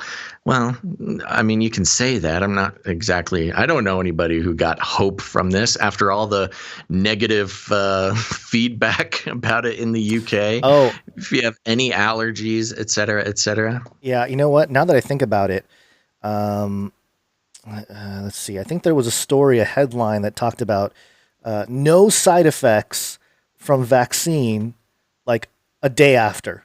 And it was like, it's been 1 day. There's right. Like the concerns aren't like, oh, people are just going to keel over and die the next day from a vaccine. It's like no side effects except for the anaphylactic shock. Right. And perhaps the palsy that we'll get to in a moment here. But there you go. It's just, man, this is really bothersome. The amount of propaganda that is surrounding this whole thing. And the biggest thing is just the lying. Like, whatever you feel about vaccines, that's how you feel. That's okay. It doesn't affect me very much. But just the blatant disregard for the scientific information. They just ignore yesterday's news and make up the new news for the day. And with that said, we should go on to the next story here. If you're wearing a mask, it's a different... It's not science. Okay, this is USA Today.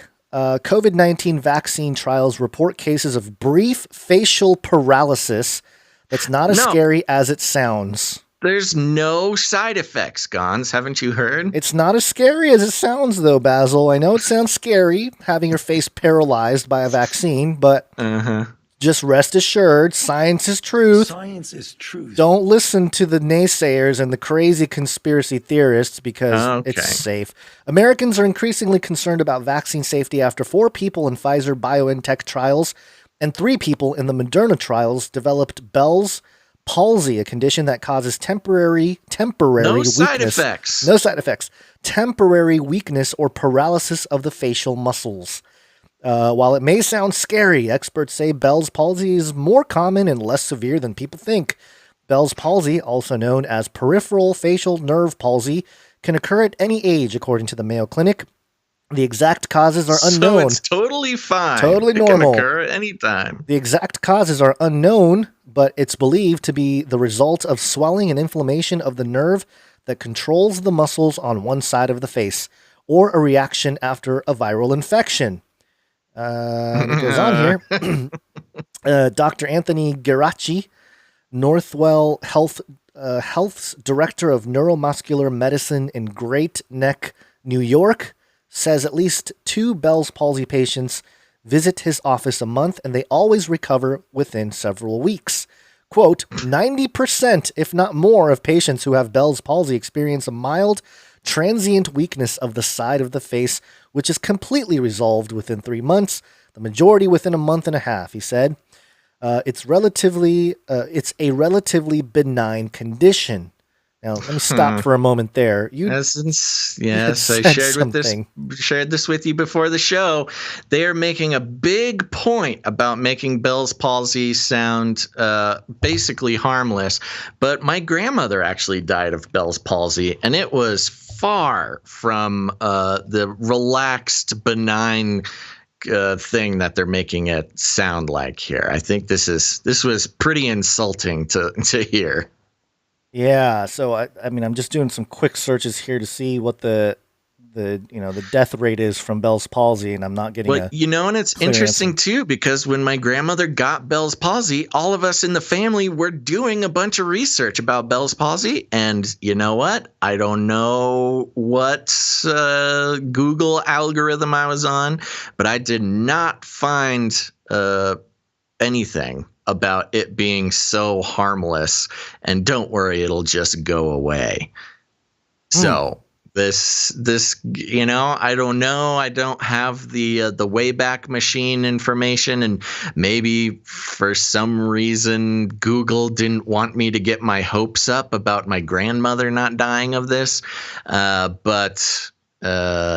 This info about Bell's palsy being a 2-week condition is news to me.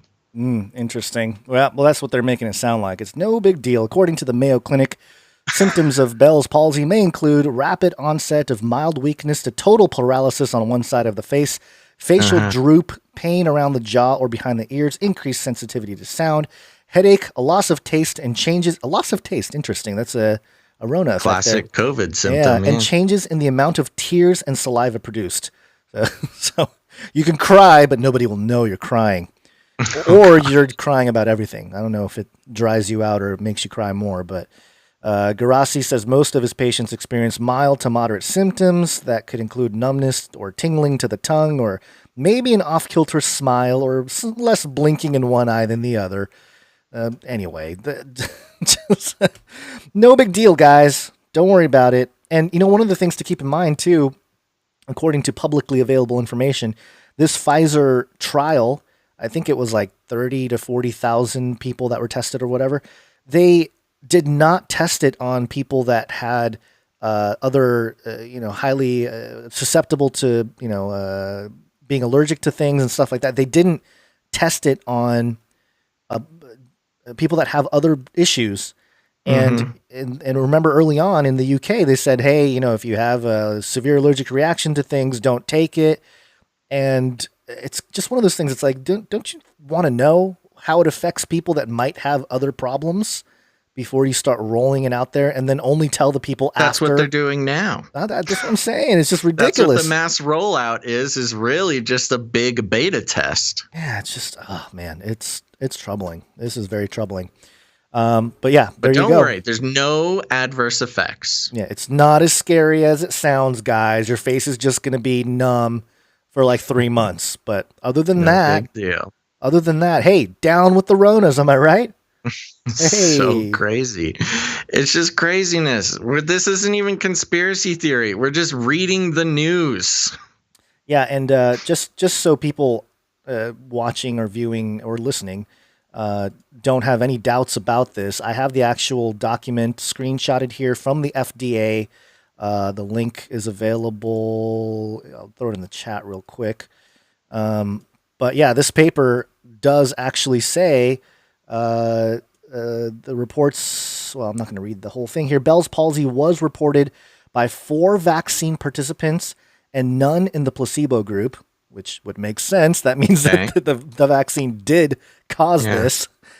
These cases occurred at 3, 9, 37, and 48 days after the vaccination.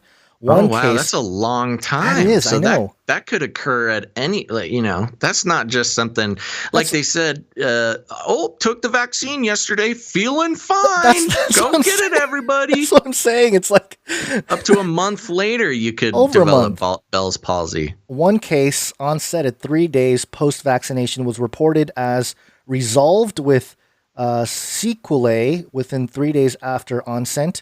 And the other 3 were reported as continuing or resolving as of the November 14th, 2020 data cutoff with ongoing durations of 10, 15, and 21 days respectively. So if I'm reading that correctly, it was resolved as of the day they cut off the data? Interesting. Meaning like, we're just going to say it resolved because, hey, we're not collecting data after November 14th. That's very interesting. I don't know. But it does say 10, 15, 21 days respectively. The observed frequency of reported Bell's palsy in the vaccine group is consistent with the expected background rate in the general population. So don't worry about it. It's the expected rate with the population. And there is no clear basis upon which to conclude a causal relationship at this time. Didn't they say they don't know what causes Bell's palsy to begin with? Yeah. So if you don't know what causes it, to begin with, how can you say that causes it? Oh my gosh. But FDA will recommend surveillance for cases with Bell's palsy with deployment of the vaccine into larger populations. Wow. So that's directly from the FDA there. Okay. Thanks, FDA. Yeah. Anyway, don't worry, guys. No adverse side effects. No adverse side effects. It's not a big deal. It's not as scary as it sounds. Yeah. Well, speaking of which, I'm got another article here for you. Okay. There you go. Go for Thanks. Doing it. This is also from the New York Post. A lot of New York Post today. America's oldest newspaper. Most Americans will likely get a COVID-19 vaccine, survey says. Let's just check in with the surveys here. 7 out of 10 Americans say they will, quote, definitely or probably get a COVID-19 vaccine, a new survey has found. The new statistic, 71%, is a considerable jump from September when 63% said they'd get the jab. Now American outlets are calling it the jab. This is crazy. No, I noticed that, and I think there was an article that mentioned that as well, that America was mentioning it as the jab. Weird. Yeah. I wonder if it's because they started with it in the UK, so the UK kind of, got to take control of the language, and now suddenly the jab is being used in America. Yeah. I know that's a normal thing in the UK to call getting a shot, but calling it the jab in America has some pretty negative rhetorical connotations.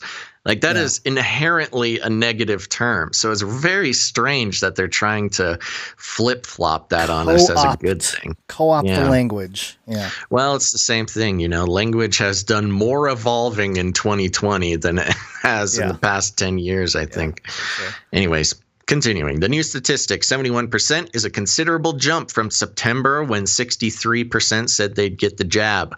I don't like that. According to the poll Tuesday from the Kaiser Family Foundation, the nonprofit health research organization surveyed 1,676 adults. That doesn't seem like enough to me, but amid fears from the experts that not enough Americans trust the coronavirus vaccine, Dr. Anthony Fauci, they always Daddy have to Fauci. say this.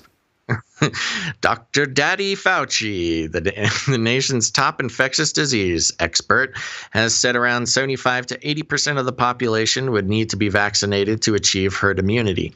That's actually not quite true. Because you need about 80% of the population to create herd immunity. Yeah. But that's not counting the people who have already had the disease and built up their own immunity to it. Yeah, but you can get it twice, Basil. Didn't you know this? It mutates. I know. I keep saying I say that too. We've reported on that. But I was recently told, so I guess I'd have to fact check this, that it was only like 10 people or something that have got it twice. Some minuscule number. Right, I've heard that too. Yeah. So anyways, I mean, you should be able to take the amount, if it's 70% that get vaccinated and then add the people who already have built an immunity, that should reach about 80%, maybe. I don't know. By the way, the 1,676 adults that were surveyed for this to get the 7 out of 10 Americans, I know it's not all adults, but just comparing it to the American population, that is 0.0005% of the United States population. So, No, that's like a neighborhood. That's that's nothing. Yeah. It's such a small amount of people. 27% of those recently surveyed said they would definitely or probably not get vaccinated. Quote, this group is disproportionately made up of Republicans. Of course, we got to point this out. This group is disproportionately made up of Republicans and of people with no more than a high school level education, Kaiser said in a statement. Black Americans, people living in rural areas, and Republicans were among the most hesitant about getting the shot. That's racist. They just said, anyways. But their reasons varied according to the report. Quote, some black adults are hesitant for reasons that could change with more information, the report said. Around 71% of those who say they won't get the vaccine said they're concerned about possible side effects, while about 50% of the group fear they could get the virus. For Republicans, 57% of those surveyed cited, quote, the risks of COVID-19 are being exaggerated as a major reason they definitely or probably would not get the vaccine. Quote, many Americans who are hesitant are simply reserving judgment before they are ready to get vaccinated. However, nearly 1 in 4 Republicans don't want to get vaccinated because they don't believe COVID poses a serious threat, said Molly Ann Brody, executive vice president of the Kaiser Family Foundation, according to CNN. I wonder if we should do a quick rundown of the Kaiser Family Foundation. Liz Hamill, director of Kaiser's Public Opinion Survey Research Program, said messaging will be critical to instill confidence in the vaccine. Quote, based on our data, what happens, notice, okay. So Liz Hamill said messaging will be critical to instill confidence in the vaccine.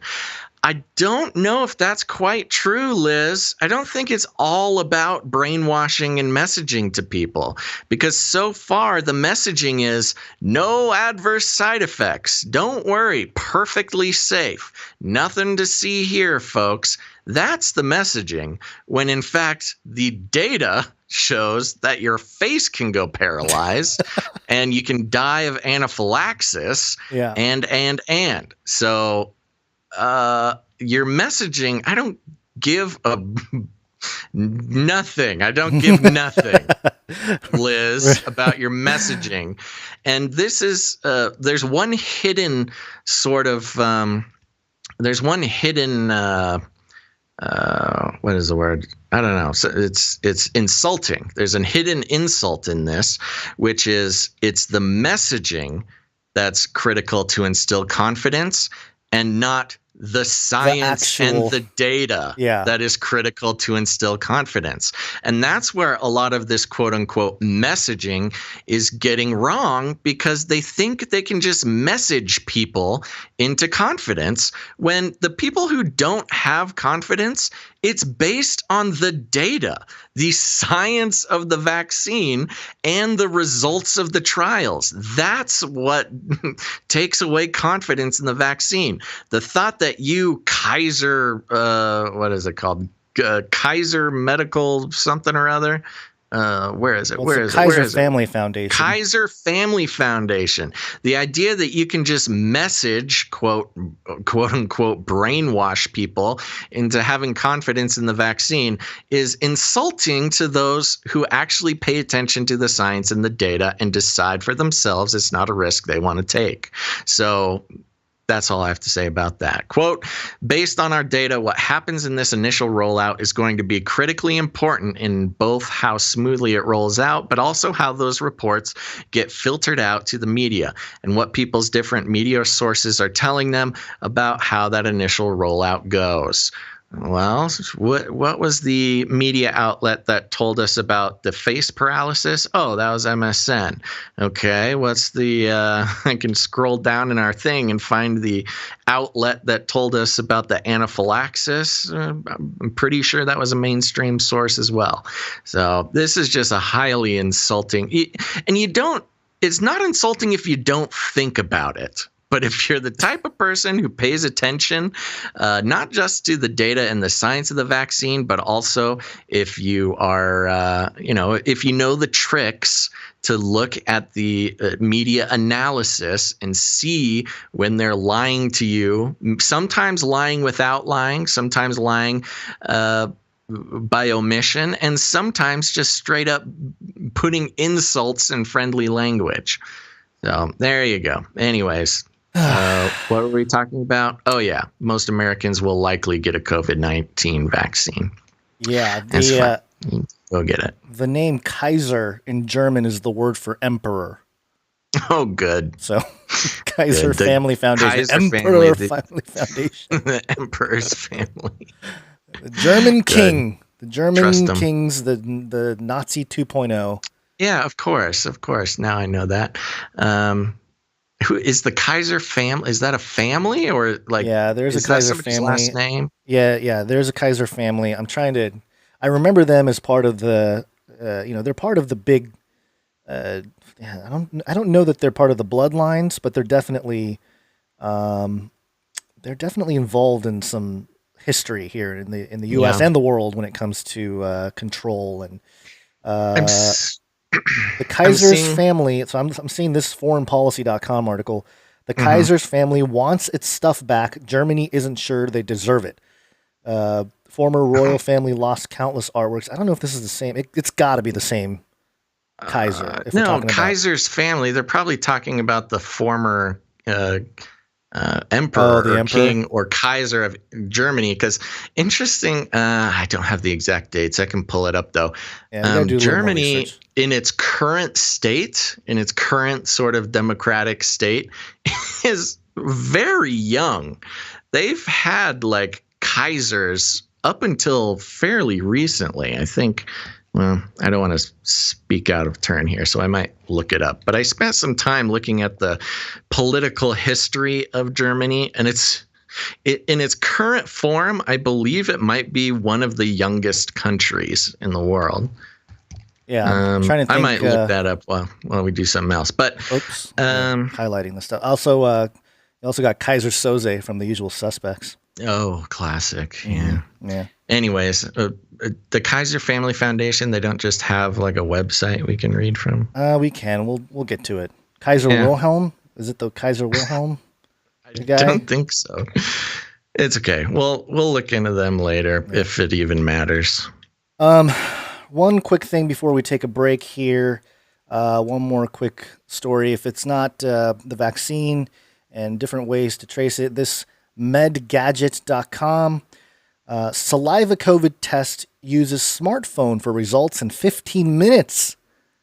And the big thing about this is, and this will go into our break and then out of the break too, scientists at Tulane University have reported a new COVID-19 saliva test that uses a smartphone to provide results in as little as 15 minutes. Similar to technology from UC Berkeley, the new test uses CRISPR technology and does not involve polymerase chain reaction PCR. Though accurate, is slow to deliver results. It is purportedly faster, more accurate, and easier to perform than existing gold standard PCR tests, while requiring less equipment and achieving results in minutes rather than days. The new test detects RNA from the SARS-CoV-2 virus by relying on CRISPR to amplify the signal, which is kind of interesting because isn't that what PCR does? It amplifies the signal. Yeah, it is. The test involves mixing an assay solution with a sample of patient saliva on a special chip, which then heats and amplifies a specific region of the virus's RNA. According to a Tulane announcement, quote, a modified CRISPR complex that contains a guide RNA specific for the virus RNA region rapidly binds and cuts both this amplified RNA region and a tagged DNA probe to produce a fluorescent signal that is read by the smartphone device. This test addresses the critical need for a rapid, ultra-sensitive COVID-19 diagnosis along with effective large-scale screening efforts. Blah, blah, blah. So there you go. Now you got to just spit onto a thing, and then your phone will tell you if you have the Ronas. Oh, good. Got to get the phones involved. Yeah. This is from KFF.org. The Henry J. Kaiser Family Foundation was established in 1948. Interesting timing. But it was completely remade in 1991. I wonder what the problem was. Under the leadership of CEO Drew Altman, we have not changed our name, but nowadays refer to ourselves simply as KFF. Our legal name can cause occasional confusion because we are neither a foundation, a family foundation, nor are we associated with Kaiser Permanente. We keep the name to honor the legacy of our original benefactor or to lie to anybody who does not take the time to dig deep into your website. The great industrialist Henry J. Kaiser. That's the new research project. Who and what is Henry J. Kaiser, whose motto, find a need and fill it. We have adapted into our motto, filling the need for trusted information on national health issues. You know what this is? This is so funny. We have not changed our name, but nowadays refer to ourselves simply as KFF. Our legal name can cause occasional confusion because we are neither a foundation, a family foundation, nor are we associated with Kaiser Permanente. This is reminiscent of the Federal Reserve. That's what I was going to say. Yeah, they're neither federal nor we can just name reserve. Ourselves whatever we want. It doesn't have to reflect anything about us. And nobody, it's here on our website, so legally we're protected, but who's really going to dig that deep? That's ridiculous. So interesting. Gonna look up Mr. Henry J. Kaiser. What did you do? He was an American industrialist who became known as the father of modern American shipbuilding. Prior to World War II, he was involved in the construction industry.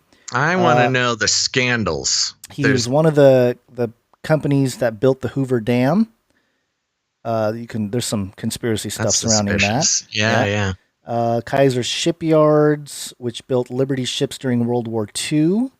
Then he formed Kaiser Aluminum and Kaiser Steel. Kaiser organized Kaiser Permanente healthcare for his workers and his families.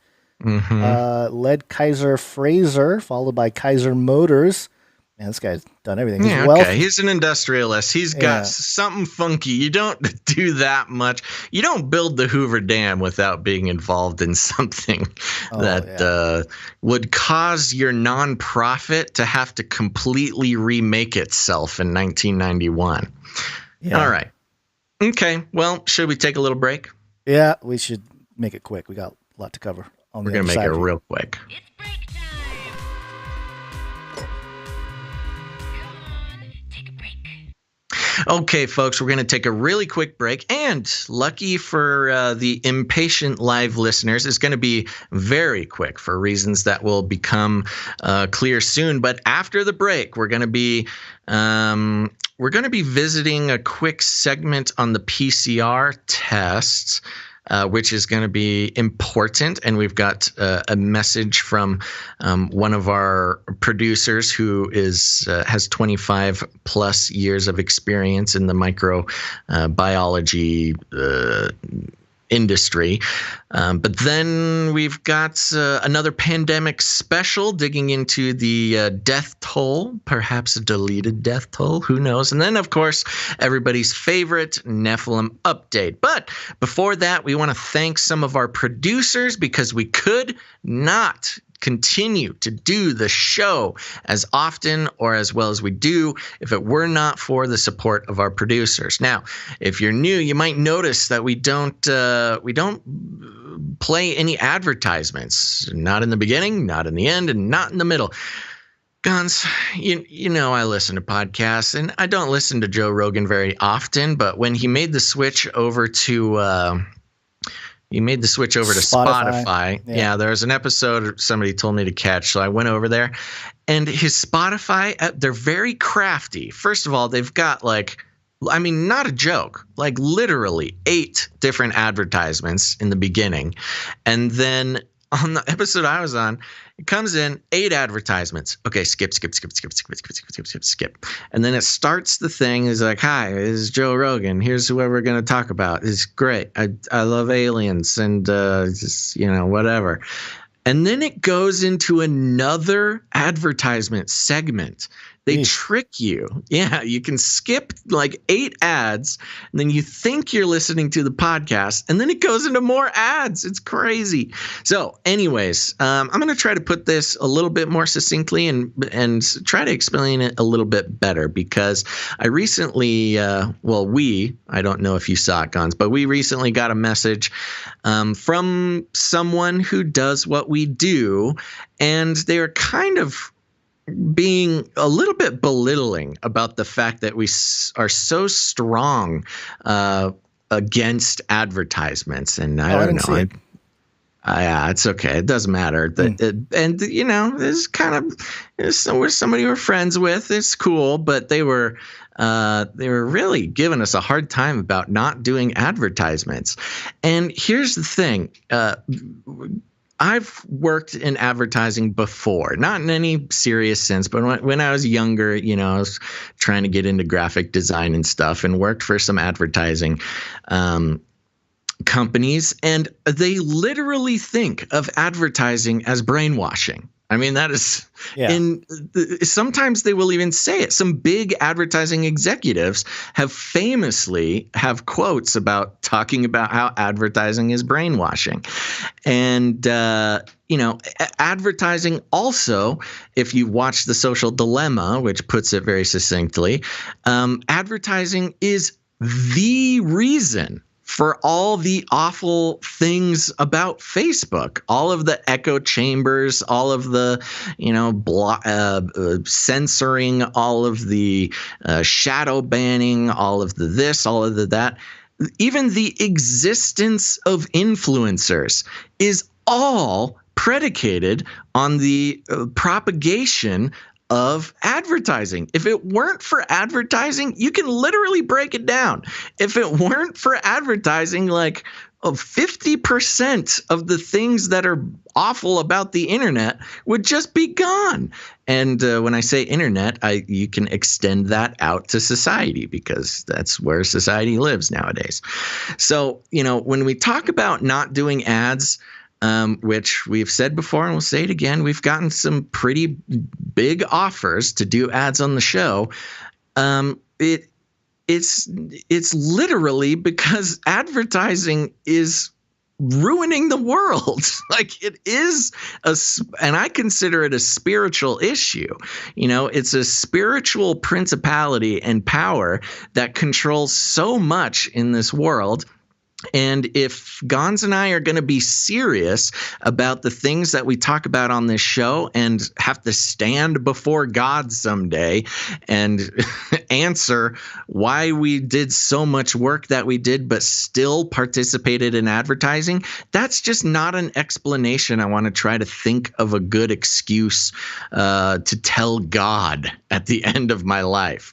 So that is why we do not play advertising. It incentivizes guys like Gonz and I to consider you, dear listener, as a commodity to be traded and sold to advertising companies for our own personal gain, and would change the things we could and couldn't talk about, what we would feel comfortable talking about without the threat of losing advertising dollars. So that's why we don't even play with it. We don't even touch the stove. You know, it's funny. I was listening to and I do this because it's just in my feed every once in a while, but I'm not even subscribed to this guy's channel, but Ben Shapiro just keeps popping up on my feed on YouTube. And I was watching one of his things, and he starts off with they're talking ads, he's promoting stuff, but I wanted to clip it. I didn't have time, but I literally wanted to clip it and play it during our segment here, because he does this thing where he gets into this really intense thing about Biden and upholding the Constitution and, causing issues with the democracy and just the lies and but also, and then he just goes right into it. No break, nothing. He's, Joe Biden, democracy, Constitution. But first, everybody loves waffles. He goes into this waffle ad. Loves waffles. And he goes from this really intense monologue about the Constitution and threat, and then he goes and talks about waffles for 2 minutes. And I'm like, man, this is what we're talking about. I kind of started getting into what he was saying a little. I'm like, oh, what is he talking? Oh, it's kind of crazy. But then the waffle thing just killed it. I'm like, oh, I don't want to hear him talk about waffles for 2 minutes. But that's kind of what we're talking about. It just makes me cringe so much. Runk Smash in the Twitch chat says, can we get a CCR episode about the evils of advertising? We literally could make a really good CCR episode about advertising. I mean, it is as diabolical as a lot of the other crazy stuff we talk about. So maybe we will. Maybe that's what we need to do. But anyways, that's why we are on the value for value model. That's right. No advertising here. Instead, we let you, dear listener, decide the value of the pieces of media that you enjoy. You don't want no advertising company to decide the value of Canary Cry News Talk. You are not just a listener. You can be a producer and decide what the monetary value of this show is. And you can do that, first of all, by heading over to patreon.com/CCNT for Canary Cry News Talk. And let's see. Let's see who did that this week. Since Monday, we have one new producer, and everybody needs to give a round of applause to our new producer, Melissa A. Thank you, Melissa. See, we applaud our producers while the mainstream media applauds the jab. The jab, jeez. Okay, thank you very much, Melissa A. And yes, don't worry, everybody. This section will be short, but all the more reason to thank you, producer Melissa A. Next, we have patreon.com/Canary Cry Radio. That's patreon.com/Canary Cry Radio. And we have a new, we have an upgrading producer, and that is producer Martin B. Thank you, producer Martin B. Thank you very much, producer Martin B. So that's all for the Patreon producers. Thank you so much to producer Melissa A. and upgraded producer Martin B. Thank you for producing the show. It is the only way that we can continue doing the show with a clean conscience. We appreciate you. Now, if you're out there and you want to become a producer, Patreon is not the only way. Some people don't like Patreon, and that's okay. You can head over to canarycryradio.com/support. canarycryradio.com/support. That's right. canarycryradio.com/support. There's a lot of literature on that page that you can hear more about the value for value model. But there's PayPal options. You can become a monthly producer, which we appreciate all of our monthly producers. That goes a long way towards laying down a firm foundation to keep the show going. And but there's also, if commitment is not your thing, there's also one-time producerships in any amount you like through PayPal. There's also cryptocurrency options, etc. Gons, who is coming in on the PayPal? PayPal, we had one new, or at least a one-time give support person here. Ciara coming in. Thank you, producer Ciara. Thank you very much, producer Ciara. She said happy holidays. So thank you, producer Ciara, and all the recurring people there. And that's it for PayPal. So okay, there we go. Short and time. sweet. Are we going to do the knighting on Friday? I was hoping so because let's producer, do it. We need a couple more pieces of information. Yes, producer Aaron out there, if you're listening, we need try harder with the name and everything. No, the name is fine, but we need his protectorate. Oh, yeah, I know, but I asked him for a knighthood name, and he just said Aaron. Well, I think the name is fine. But think he so? needs a protectorate. Okay. Yeah, he needs to choose his protectorate. All right. There you go. Thank you. For those who don't know, we have the Canary Cry Roundtable of Knights and Dames, and those are special producers that we like to honor because over the years they have supported the show in the amount of $1,000 or more, and they are just wonderful people. Now, there's other ways to produce the show if financially is not in the cards for you. That's okay. Here on the value for value model, we have many options to produce the show. It's not just all about your money.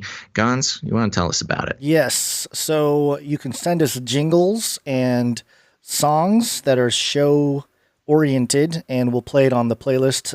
Today we're going to actually have a new song at the end of the show mix, and it is from producer Arnie, I believe. Producer Arnie, he wrote a song called "Yoked to You," Canary Cry. Oh yeah, and the lyrics are a little hard to understand in the mix there, but I'll play a few seconds of it so you guys can take a listen here.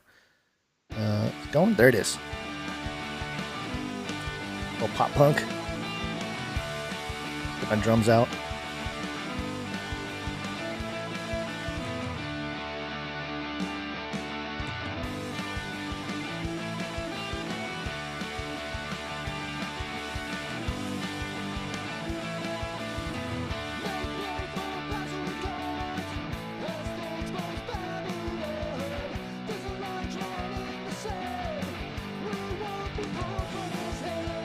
Fun stuff. Very good. Thank you, producer Arnie. We'll be playing that at the end of the show and during the Canary Cry mixtape. We might need to boost the vocals on that a little bit. I know. I was going to say, talk to Arnie. Yeah, boost the vocals. The lyrics you just heard there: "Make way for Basil and Gons as they expose Babylon." Woo! There's a line drawn in the sand: "We won't be pulled from his hand. To the Father you lift us up." Jesus, so good lyrics. Yeah, put it more front and center. Yeah, but I get it. I understand the wanting. That's always wanting a the thing. music If you to mix be, your own stuff, you always put the vocals lower. I know. So, yeah. But that's good. Very good, Arnie. We'll play it at the end of the show, and maybe we'll try to boost the mix there a little bit. And the other way you can support the show with your time and talent is with artwork. Woo! Uh-oh, what happened? What happened to my art jingle? Here it is. One art, please. I'm having issues with the computer. It's doing interesting things. The first one, laggy. Yeah, the first one here is from producer Allie, and producer Allie drew a picture of me playing the drums. That's right. You've got your she even did a great job of depicting your green screen drumsticks. Right. You'll notice if you get in there close that the drumsticks are invisible up until about the top third. She pays attention to the details. So great job. And I'm on a 5-piece drum set, and the kick drum name there, Canary Criers. Kind of like like an old band from the 60s or whatever. And then Over to my left, is that my left? No, over to my right is Z from China. Xi Jinping. And he's clapping because we are entertaining. He loves your drumming. He loves my drumming. That I don't know why, but yeah, there you go. We must have said something. It's like Xi Jinping spying on your drumming, Gons. Yeah, the piece is called... He looks like he's enjoying it. He's got his Winnie the Pooh bear face there. I thought it was a panda. But either way, yeah, it's the same. The piece is called Big Brother is Watching. So that's racist. There you go. You're racist. It's not a panda. It's Winnie the Pooh. That's the whole thing. Oh, that's right. You're right. Yeah. Okay. So thank you, Producer Ali. Keep it up. Fantastic job there, as usual. And then we have art from Barzilai. Yeah, Barzilai coming in with another Canary Cry I Spy. Yes. That's so fun. I posted that on Facebook. Unfortunately, we're like, I have, anyways, nothing I ever post on Facebook makes it anywhere anymore. They don't want me spreading the good news, but I did post it on the Facebook because it's a fun game. It's the Canary Cry I Spy, and in this one, we have a second edition. And on the Canary Cry I Spy list, you've got things like Samurai Gons, Basil Podcasterson is in there. You've got BD Beast Police Force, Interdimensional Invaders. Oh, good. We always got to have those. Drone Strike Save Lives. Let's see. Ooh, Canary Cry album art is in there somewhere. Mutant Spider Cat. Pizza Illuminati, Masonic Gestapo, all sorts of good stuff. A fun Canary Cry I Spy game for those who have an eye to detect the deception. Yep, there you go. So thank you so much, Producer Barzilai. Also wanted to thank Jade Bouncerson, who I believe is Ebony Blaze, which is Producer Charlie. There's multiple names there.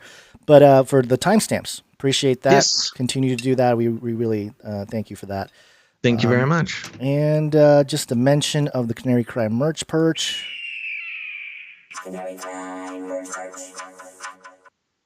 And that's about it. We should probably get back. I'm running low on time here. Okay, we'll jump right into it. But just to give it its full due, Canary Cry Merch Perch is run by producer Dust, a Canary Cry producer. Gons and I have nothing to do with it except for our emotional support. It's got all sorts of great merch, from logo merch all the way to merch created from Canary Cry art created by producers. It's awesome. Go check it out. CanaryCryMerchPerch.com. Everything is sold at cost to keep the cost low for Canarians, but you do have the opportunity to tip the webmaster, the artist, or Gons and I. So go check that out. CanaryCryMerchPerch.com. All right, let's get back to it. And actually, it's kind of a like a hybrid moment here. Yes. Wake up time. Hey, yo, wake up. Because we wanted to address an email that came in from producer Mark. That's Numati, I think. Yes. Do you have it pulled up? I don't. I'm thinking. Okay, let me pull it up real quick. Sorry. But yes, so producer Mark is a long time I always forget exactly what it is, but he's a longtime professional in the world of biomolecular stuff. Hold on here. I'm sorry. I'm trying to talk and pull up an email at the same time. Yeah, I got it here if you want me to. I got it here too. Okay. So Basil and Gons. And here's the thing. We love getting learned something by professionals, but we do have a little bit of a conversation to have with this. Let's see. Basil and Gons, I'm writing to comment on your repeated statement that, to paraphrase, the PCR test is not a test. I have to disagree, or rather suggest a correction to your thinking about the C19 PCR testing. Let me try to simplify this if I can. Please try to simplify this. When someone has a suspected infection, the doctor will order a test, or sometimes call it an assay, to try to determine what the infection agent is, or to rule in or out some suspected infectious agents. Originally, this was done by getting a clinical sample from the patient, e.g. blood, urine, feces, swab, and then looking to see if the suspected organism was present. For bacterial infections, this sometimes included trying to culture the organism in growth medium and or looking at a specimen under a microscope. Some organisms have very distinct morphologies. To put that simply, just take a sample and then try to grow whatever bug is in there so you have more to look at. A good example would be testing for strep throat. You go to the doctor's office, he takes a swab from your throat and submits it to a diagnostic laboratory. The swab, or a solution the swab is placed in, is put into a special culture medium. If the organism that causes strep throat, Streptococcus, is present, it will grow on the medium as very distinct colonies, which then can further be tested, which antibiotics may be the best. I don't mean to skip over it for any other reason besides time. In past decades, newer methods to detect infectious agents based on their genetic code have been developed for many diseases. This is especially true for viral agents, since they are often very difficult to culture from samples, and you basically need to do electron microscopy to try to visually identify them. One of the key methods to look for viral infections is polymerase chain reactions, or PCR. There are many variants of the C19 PCR test, but the main one I've seen is RT-qPCR, which stands for Reverse Transcriptase Quantitative Polymerase Chain Reaction. I will just use PCR for the short hereafter. Thank you. The PCR test is not the rapid test. The rapid test is looking for viral proteins, not viral genetic sequences. Based on my understanding, most of the C19 PCR tests look for 2 or more viral genetic sequences in C19, so they can be very selective, e.g., the only C19 and not other similar viruses. Because it involves amplifying a small amount of virus in the collected sample, it can also be very sensitive. You seem to have gotten caught up on the amplification issue of PCR, and then gotten to the point of saying the C19 PCR test is not a test. With the exception of a direct microscopic detection of an infectious agent in a sample, as stated above, most infection diagnostic tests involve amplification. When the throat swab sample is put onto growth medium, the Streptococcus bacteria self-amplify.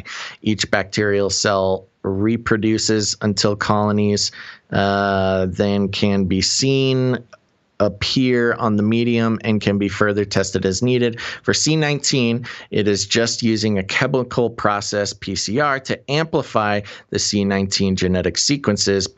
Just because there is amplification during PCR does not mean that PCR is not a test. I will push back a little bit on the rhetoric there, because with a Streptococcus, you call it self-amplify. I mean, it just grows like a bacteria does. It reproduces itself, which is, that's a bacteria reproducing itself so you can look at it more. That's not what happens with PCR. Not to say that's what you're saying, but rhetorically they are not as similar. I don't think they're as similar as you explain it, but maybe that's just because I'm not a biomedical professional. So PCR is the method used in the C19 PCR process, just like culturing, microscopy, etc., are used as methods of those respective tests for other infectious agents. To say that PCR is not a test is misleading. Well, misleading is a strong word. All that being said, the C19 PCR test does have some major issues that you've brought up on several other shows. The main one is that if you run the PCR process too long, too many cycles, you can get false positives. That is why there needs to be proper controls run with batches of tests, and why some guidelines must be established so that a rational cycle limit is used. Based on the wide variation on cycle limits being reported, proper standardization has obviously not been established, and one can easily think there may be ulterior motives and agenda at play. The idea of infectious agent load comes into play here. Let's take the example of strep throat I discussed above. Say you go into a doctor because you have a sore leg. For some reason, the doctor decides to take a swab of your throat and they detect streptococcus. That does not mean you have strep throat. You do not have any symptoms of strep throat. You have a sore leg. We are exposed every day to many bacteria and viruses, most of which are easily dealt with by our amazing immune system. So just detecting an infectious agent in a sample does not mean you have an infection. I think we all agree with that. The same applies to C19. The highly selective and sensitive C19 PCR test may detect C19 RNA genetic sequences, but it is likely detecting C19 in people who are neither showing any sign of an infection or they're feeling sick due to something entirely different, nor are they likely to pass C19 to someone else. This latter issue definitely needs more research with a definite determination of asymptomatic people can infect others. However, these issues do not mean that the C19 PCR test is not a test or assay. It most certainly is. I would highly recommend looking at, and then he gives us an official, I could look at all sorts of things. He says looking at the American Society of Microbiology FAQ on C19 testing here, which also has some simple visuals. Also, a few other links, gives us a lot of links. Thank you very much. Hope this is useful info. And if you have any questions, feel free to contact me. Always here to help. Thank you. Blessings and keep up the great work. Thank you, producer Mark. And I went ahead and read the whole thing because A, he's a producer of the show, and that's what producers get. But also, it is important to get a full understanding of these things. I feel like our disagreements are mostly rhetorical, a matter rather of language than it is in practice. It's like a semantics thing, and we're coming at it from, at least I am, when I say it's not a test. It's because even in your email here, you mention how just because there's some fragments of it detected doesn't mean you're symptomatic or that you can pass it on or anything like that. And so for the layman to call it a test is a little bit misleading. Whether you have it or don't have it, and then take actions based on that. Right. So So from a scientific sort of academic, medicinally practicing person, calling something a test might mean many different things, a range of the definition of a test.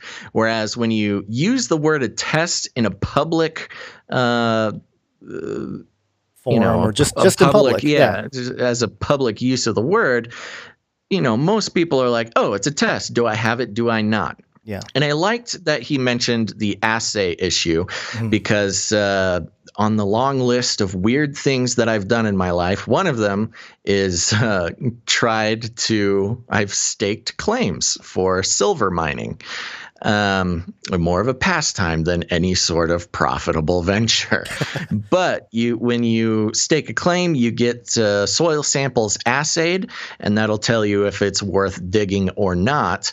And it's actually a very similar problem, because when you get soil samples assayed for a mineral, they can tell you if there is some there or not, but a lot of times you can get such a small sampling that you don't really know if it's really there or not, and it's just not very helpful as a test. You're like, well, yeah, there's silver extant in this soil sample, but there's no way to tell. There's no practical thing you can do with that information, because it may have just as much silver as, the next guy.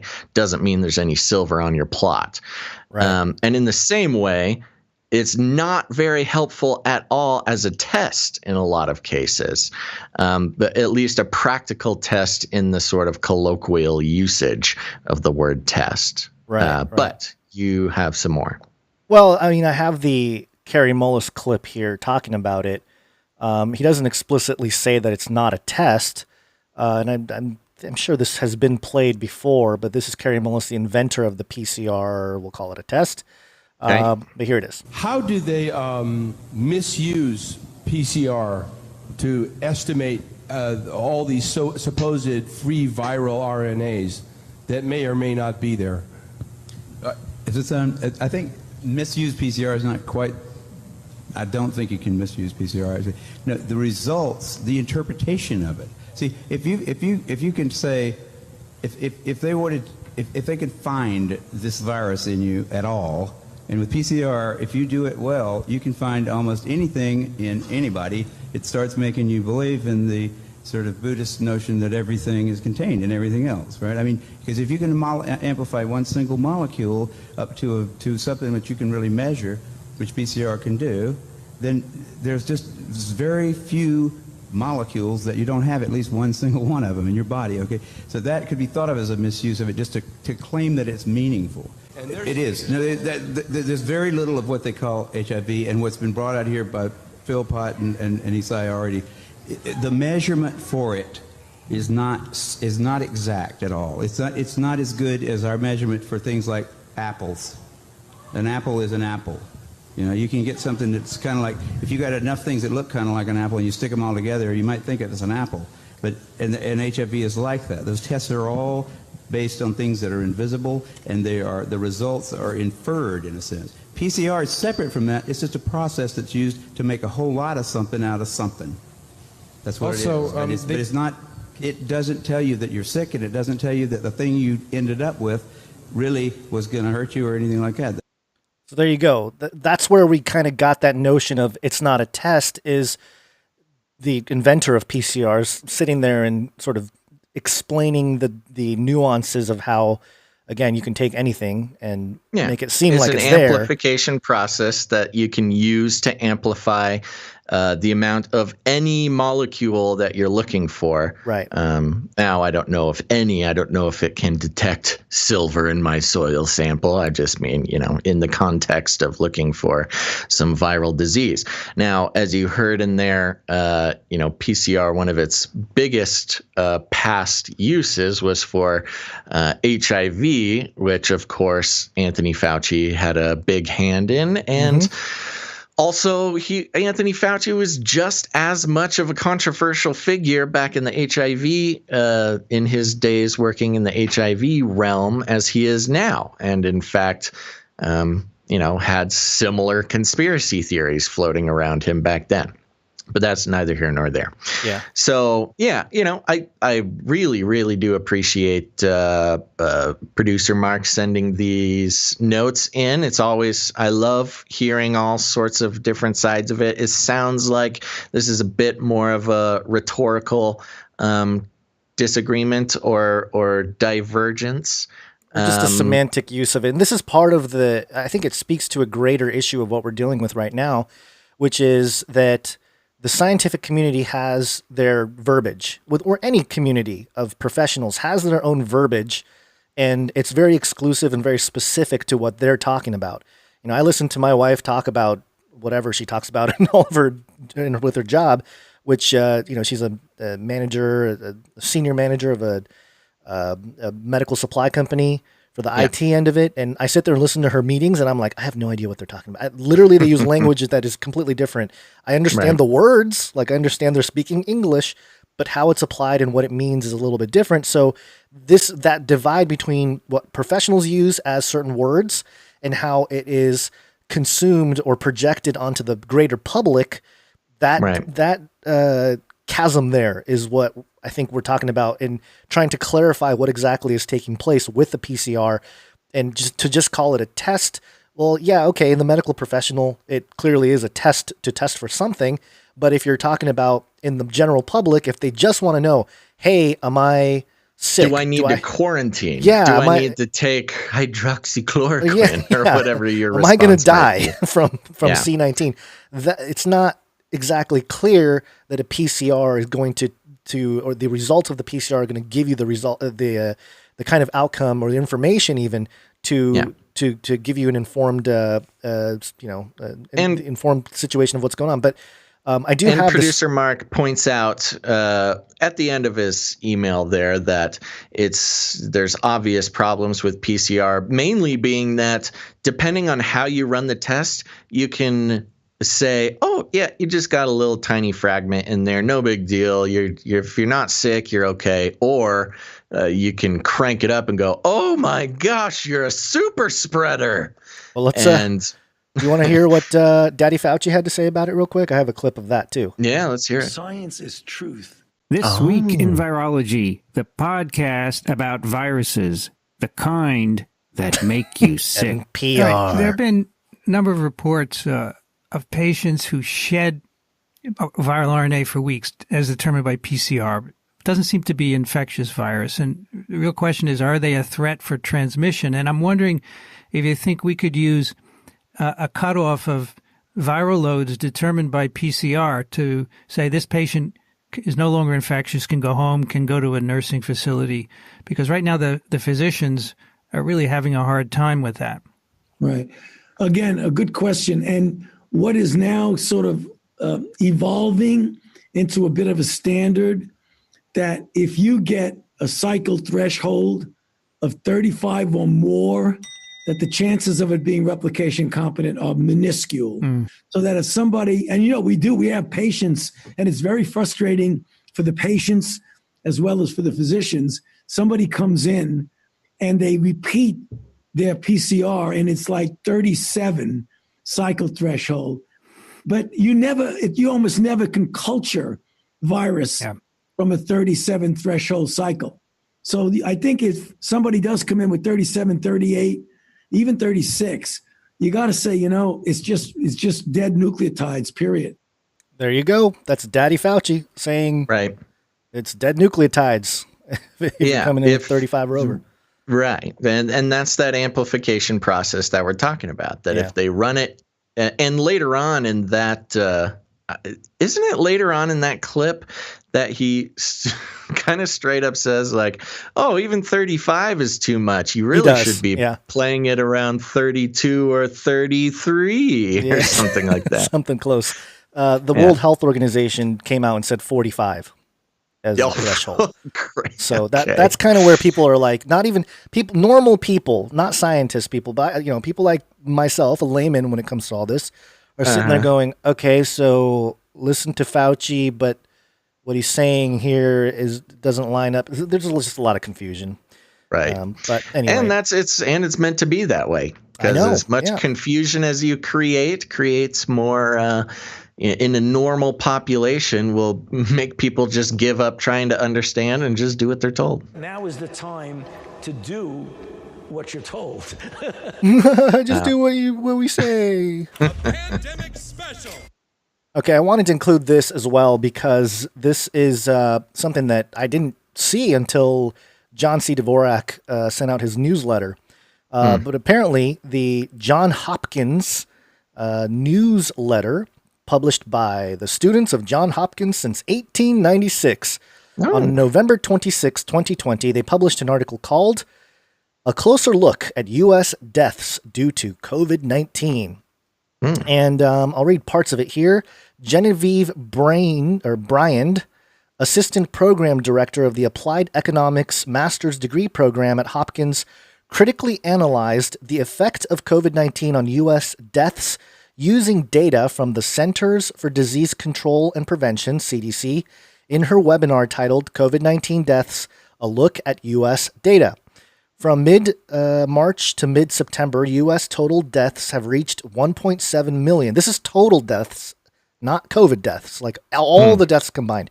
1.7 million, of which 200,000 or 12% of total deaths are COVID-19 related. Instead of looking directly at COVID-19 deaths, Bryand focused on total deaths per age group and per cause of death in the U.S. and used this information to shed light on the effects of COVID-19. And she says, the article continues, after retrieving data on the CDC website, Bryand compiled a graph representing percentages of total deaths per age category from early February to early September, which includes the period from before COVID-19 was detected in the U.S. to after infection rates soared. Surprisingly, the deaths of older people stayed the same before and after COVID-19.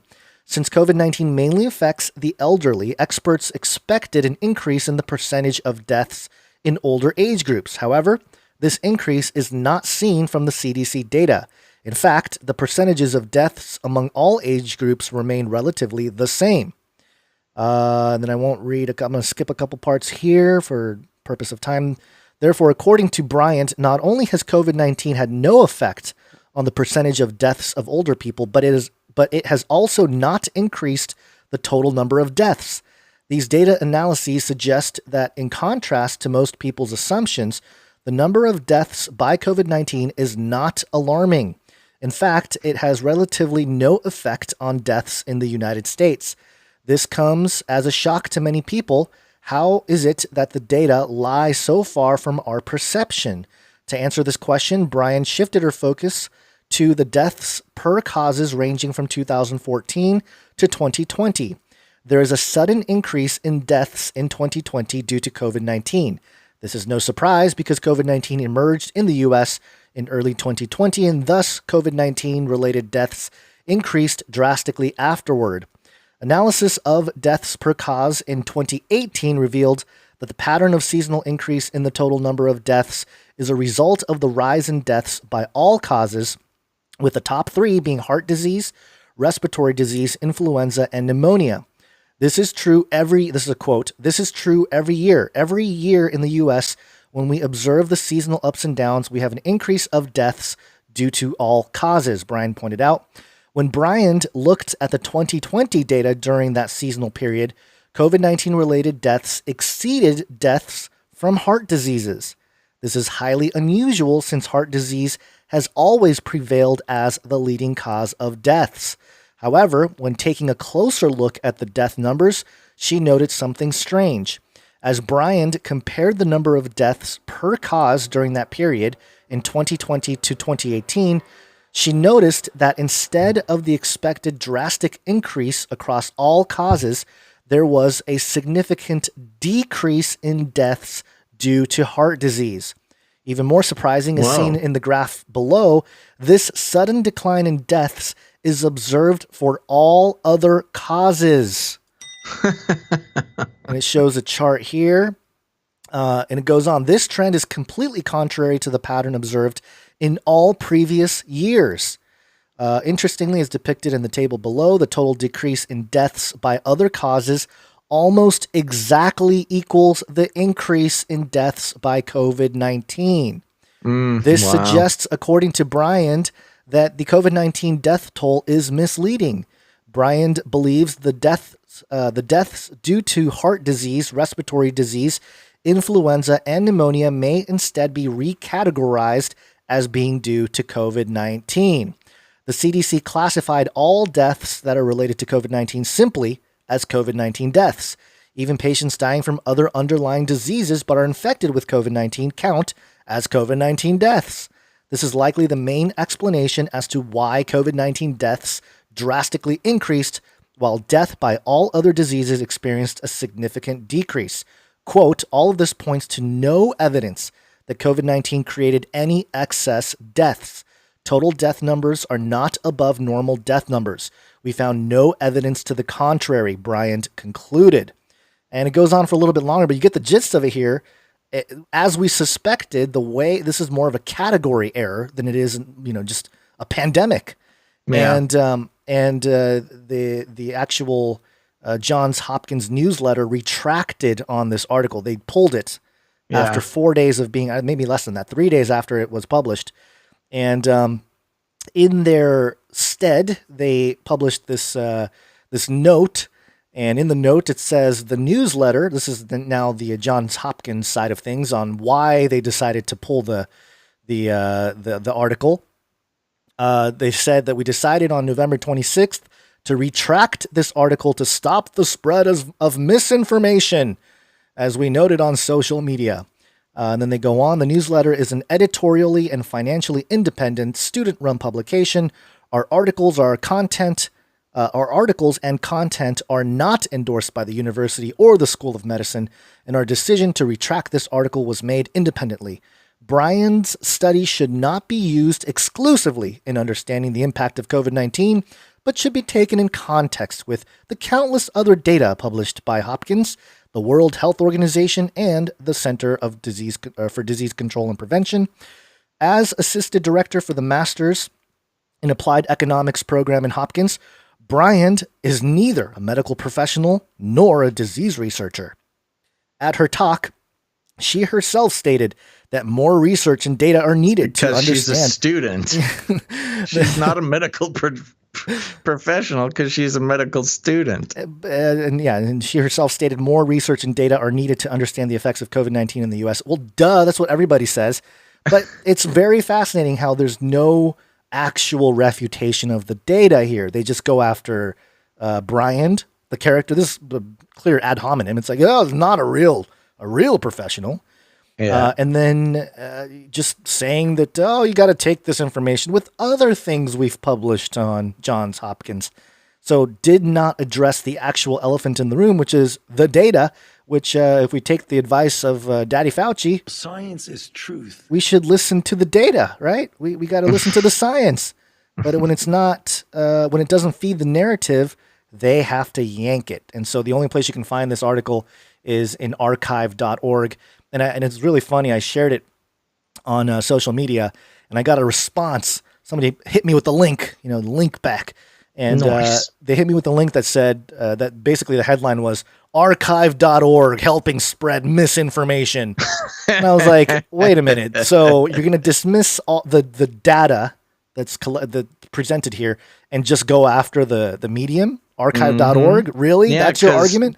Shame on an organization that tries to hold people accountable to their retractions and their additions to the information that they put out. Yeah. So that person is just silly. Yeah. So there you go. I think it's pretty clear. And again, this is with information publicly provided by the CDC. So it's not like, they found this data on a QAnon board or something, not to go after the QAnon folks, but just as an example. It's not something that was pulled out from Conspiracy Blog or something like that. This was actually on the Johns Hopkins newsletter and, published by students. But still, to get on there, it's not going to just... Well, yeah, because students won't lose funding by telling the truth. Exactly. So... just thought I'd throw that out there for more ammunition for anybody that's trying to say like, oh, the crazy pandemic. Yeah. More than anything, it's just the issue with maintaining a narrative that the data doesn't necessarily support. Right. And of course, when any data comes out that does not directly support a mainstream narrative, shame on you. Yeah. And I really wish I can dig more, deeply more into the data because I have a neighbor who's a nurse, and she was talking about how, we're getting, over flooded and there's so many, we're running out of ICU beds and the whole narrative. And she's a nurse, so I believe her.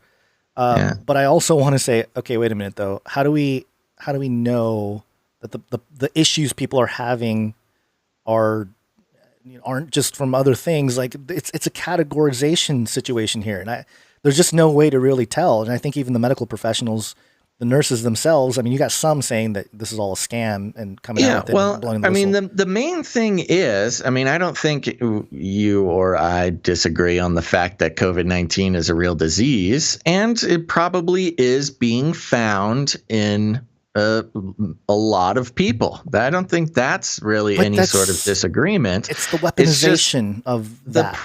The issue being what choices are being made to shift society when the total death count is really not that different than it is year to year, or at least according to the CDC information. Yeah. what the actions that are being taken by elected officials, unelected officials, the social shaming that happens, the control over society, economics, and such.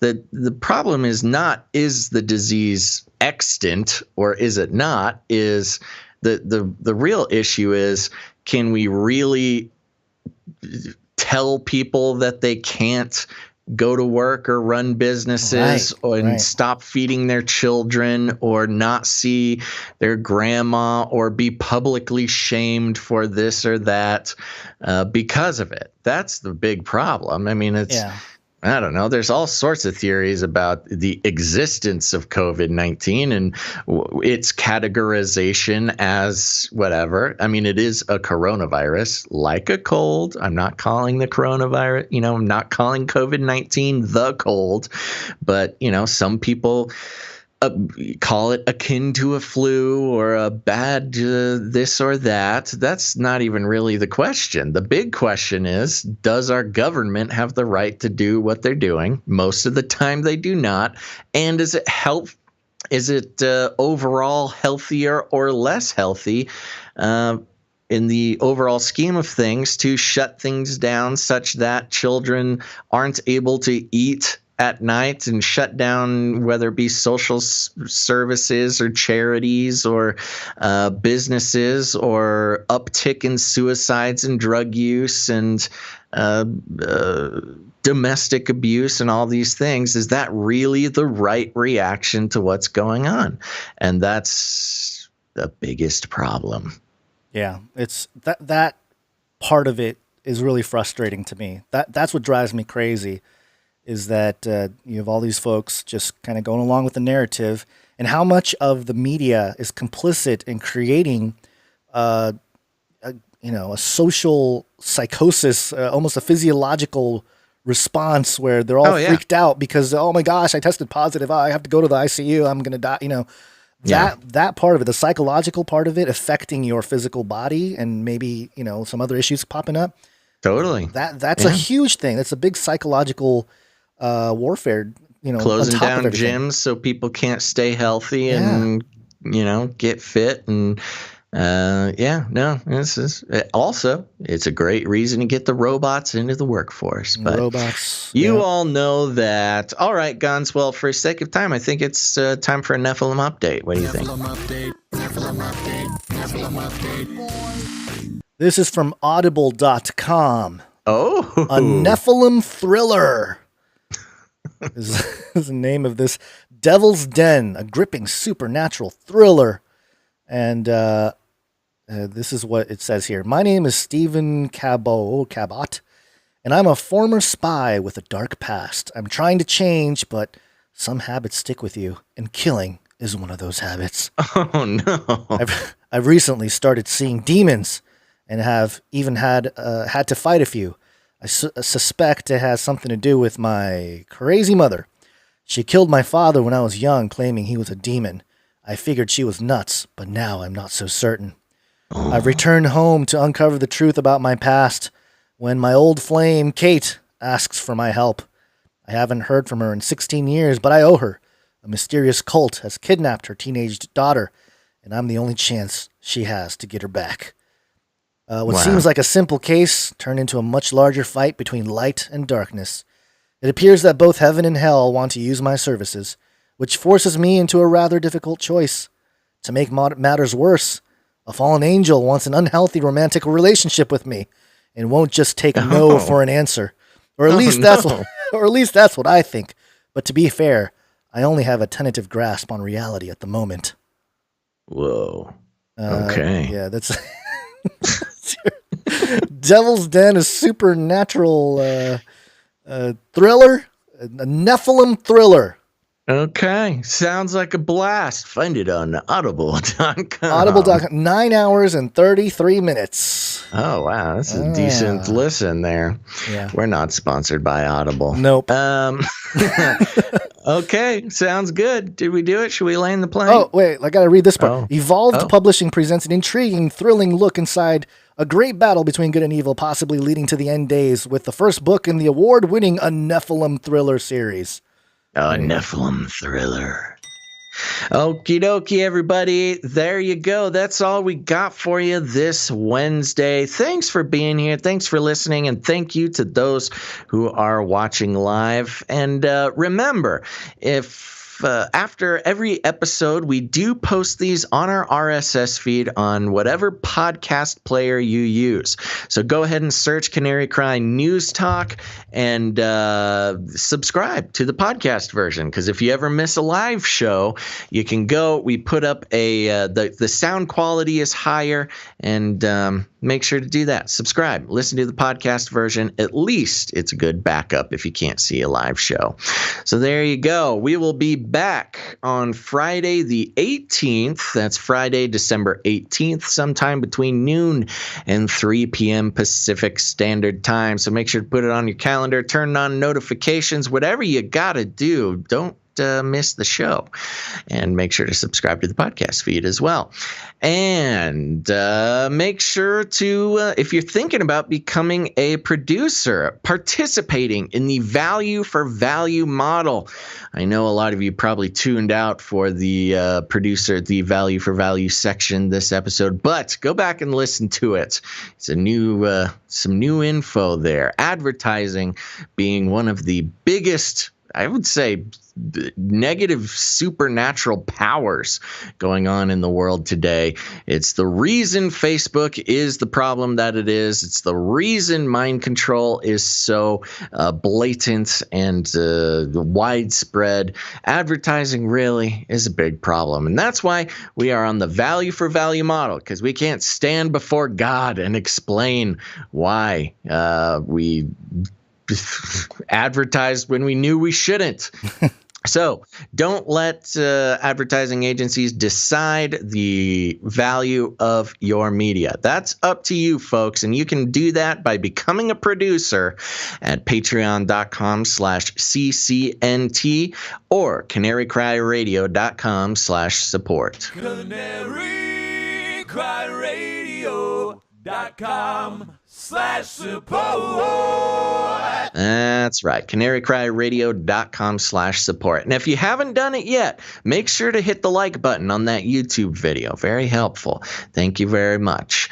Now, here's the thing. There's all sorts of other ways to become a producer of the show. You can create art. You can create jingles. You can write songs for the Canary Cry mixtape at the end of the show. Make them all show related, and you can email those to canarycryradio@gmail.com. That's canarycryradio@gmail.com, and we'll put it on the next show. So thank you very much to all of our producers today, both financial and creative. We couldn't do the show without you. And thank you to all of our infrastructure producers as well. We've got producer Smiley over at canarycry.community. We've got producer Dust running the Canary Cry merch perch. Oh man, it's just such a family affair. We appreciate everybody who makes the show happen. Now, there's other ways to produce the show. Well, there's other ways to help out the show, and one of those is leaving ratings and reviews. If you have not left a rating and a review, you can do that at Apple Podcasts or on whatever podcast player you use. Just search Canary Cry News Talk and leave a review. I'll be reading reviews on Friday's show. It's always a blast, whether they're talking about how great the show is or how much they don't like me. It's always fun. We're having fun here. And lastly, share the show. Put it out on your social media. Thank you. I see everybody who puts that out on Twitter and Facebook and things like that. Please continue to do that and tag your friends, people who might appreciate listening to the show. Remember that the YouTube version of the show will have what are they called? Timestamps. Timestamps, yes. And thank you to, can we just say it's Producer Charlie? Thank you very much, Producer Charlie, for the timestamps. It helps people who find the episode just kind of jump around and find whatever subject matter they want to listen to without having to full on jump into the show. But either way, if you've got friends, you've got family, they're starting to wake up to the fact that the world is not what it seems. Just share the show with them and then you guys can listen together or separate and talk about it. It's a good time. And well, thank you very much for that. And if you need any more instructions, here's what you do. You walk right up to him, you grab him by the cage, and then you shake it. The end of the world occurred pretty much as we had predicted. I want to shake things up, stir up some controversy, rattle a few cages. Hey, stop that! You'll never silence me. I'm the last angry man, a crusader for the little guy. Leave the bird alone. Never. Rattle a few cages. Rattle a few cages. The human race will have every opportunity to improve. And if they don't? Ask Noah. That's right. Just ask Noah. All right, Gons, any last words? Basil is a poo-poo face, says people in the chat. I can take it. Go on, do your worst. Don't do it. I'm very fragile. Okay, everybody. Thank you so much for listening to this episode of Canary Cry News Talk. We'll be back on Friday, the 18th of December, the year of our Lord, 2020. So make sure to be there or be square. But until then, remember to think outside the cage. Look it up.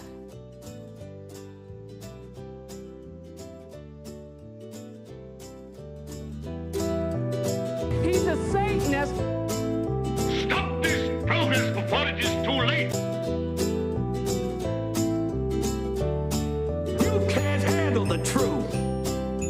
Phew, hallelujah. That was nice. Aliens. Aliens. Aliens. Aliens.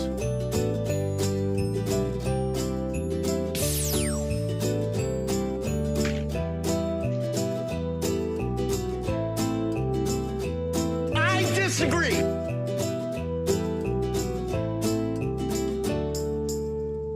Remember, reality is an illusion. The universe is a hologram. Buy gold. Buy! Canaries in a cage. I want to shake things up, shake things up. I want to shake things up, shake things up. Leave the bird alone. I want to stir up some controversy. I want to rattle a few cages. I want to rattle a few cages. I'm the last angry man. You'll never silence me. I'm the last angry man. I'm the last angry man. You'll never silence me. I'm the last angry man. A crusader for the little guy. Little guy. Little guy. Well, we'll see about that. Whatever, Illuminati. Don't even get me started on bidets, man. Bidets, man. Bidets, man. I'm telling you, you were living the life, man. Bidets, man.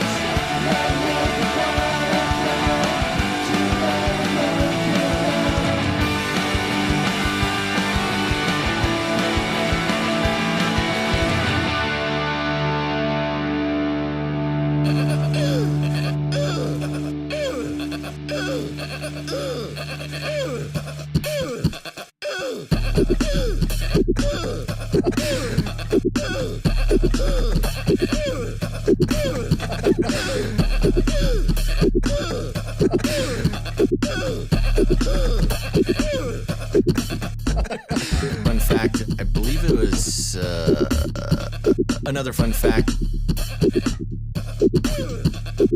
Fun fact. Another fun fact. Brings me back to my Screamo days.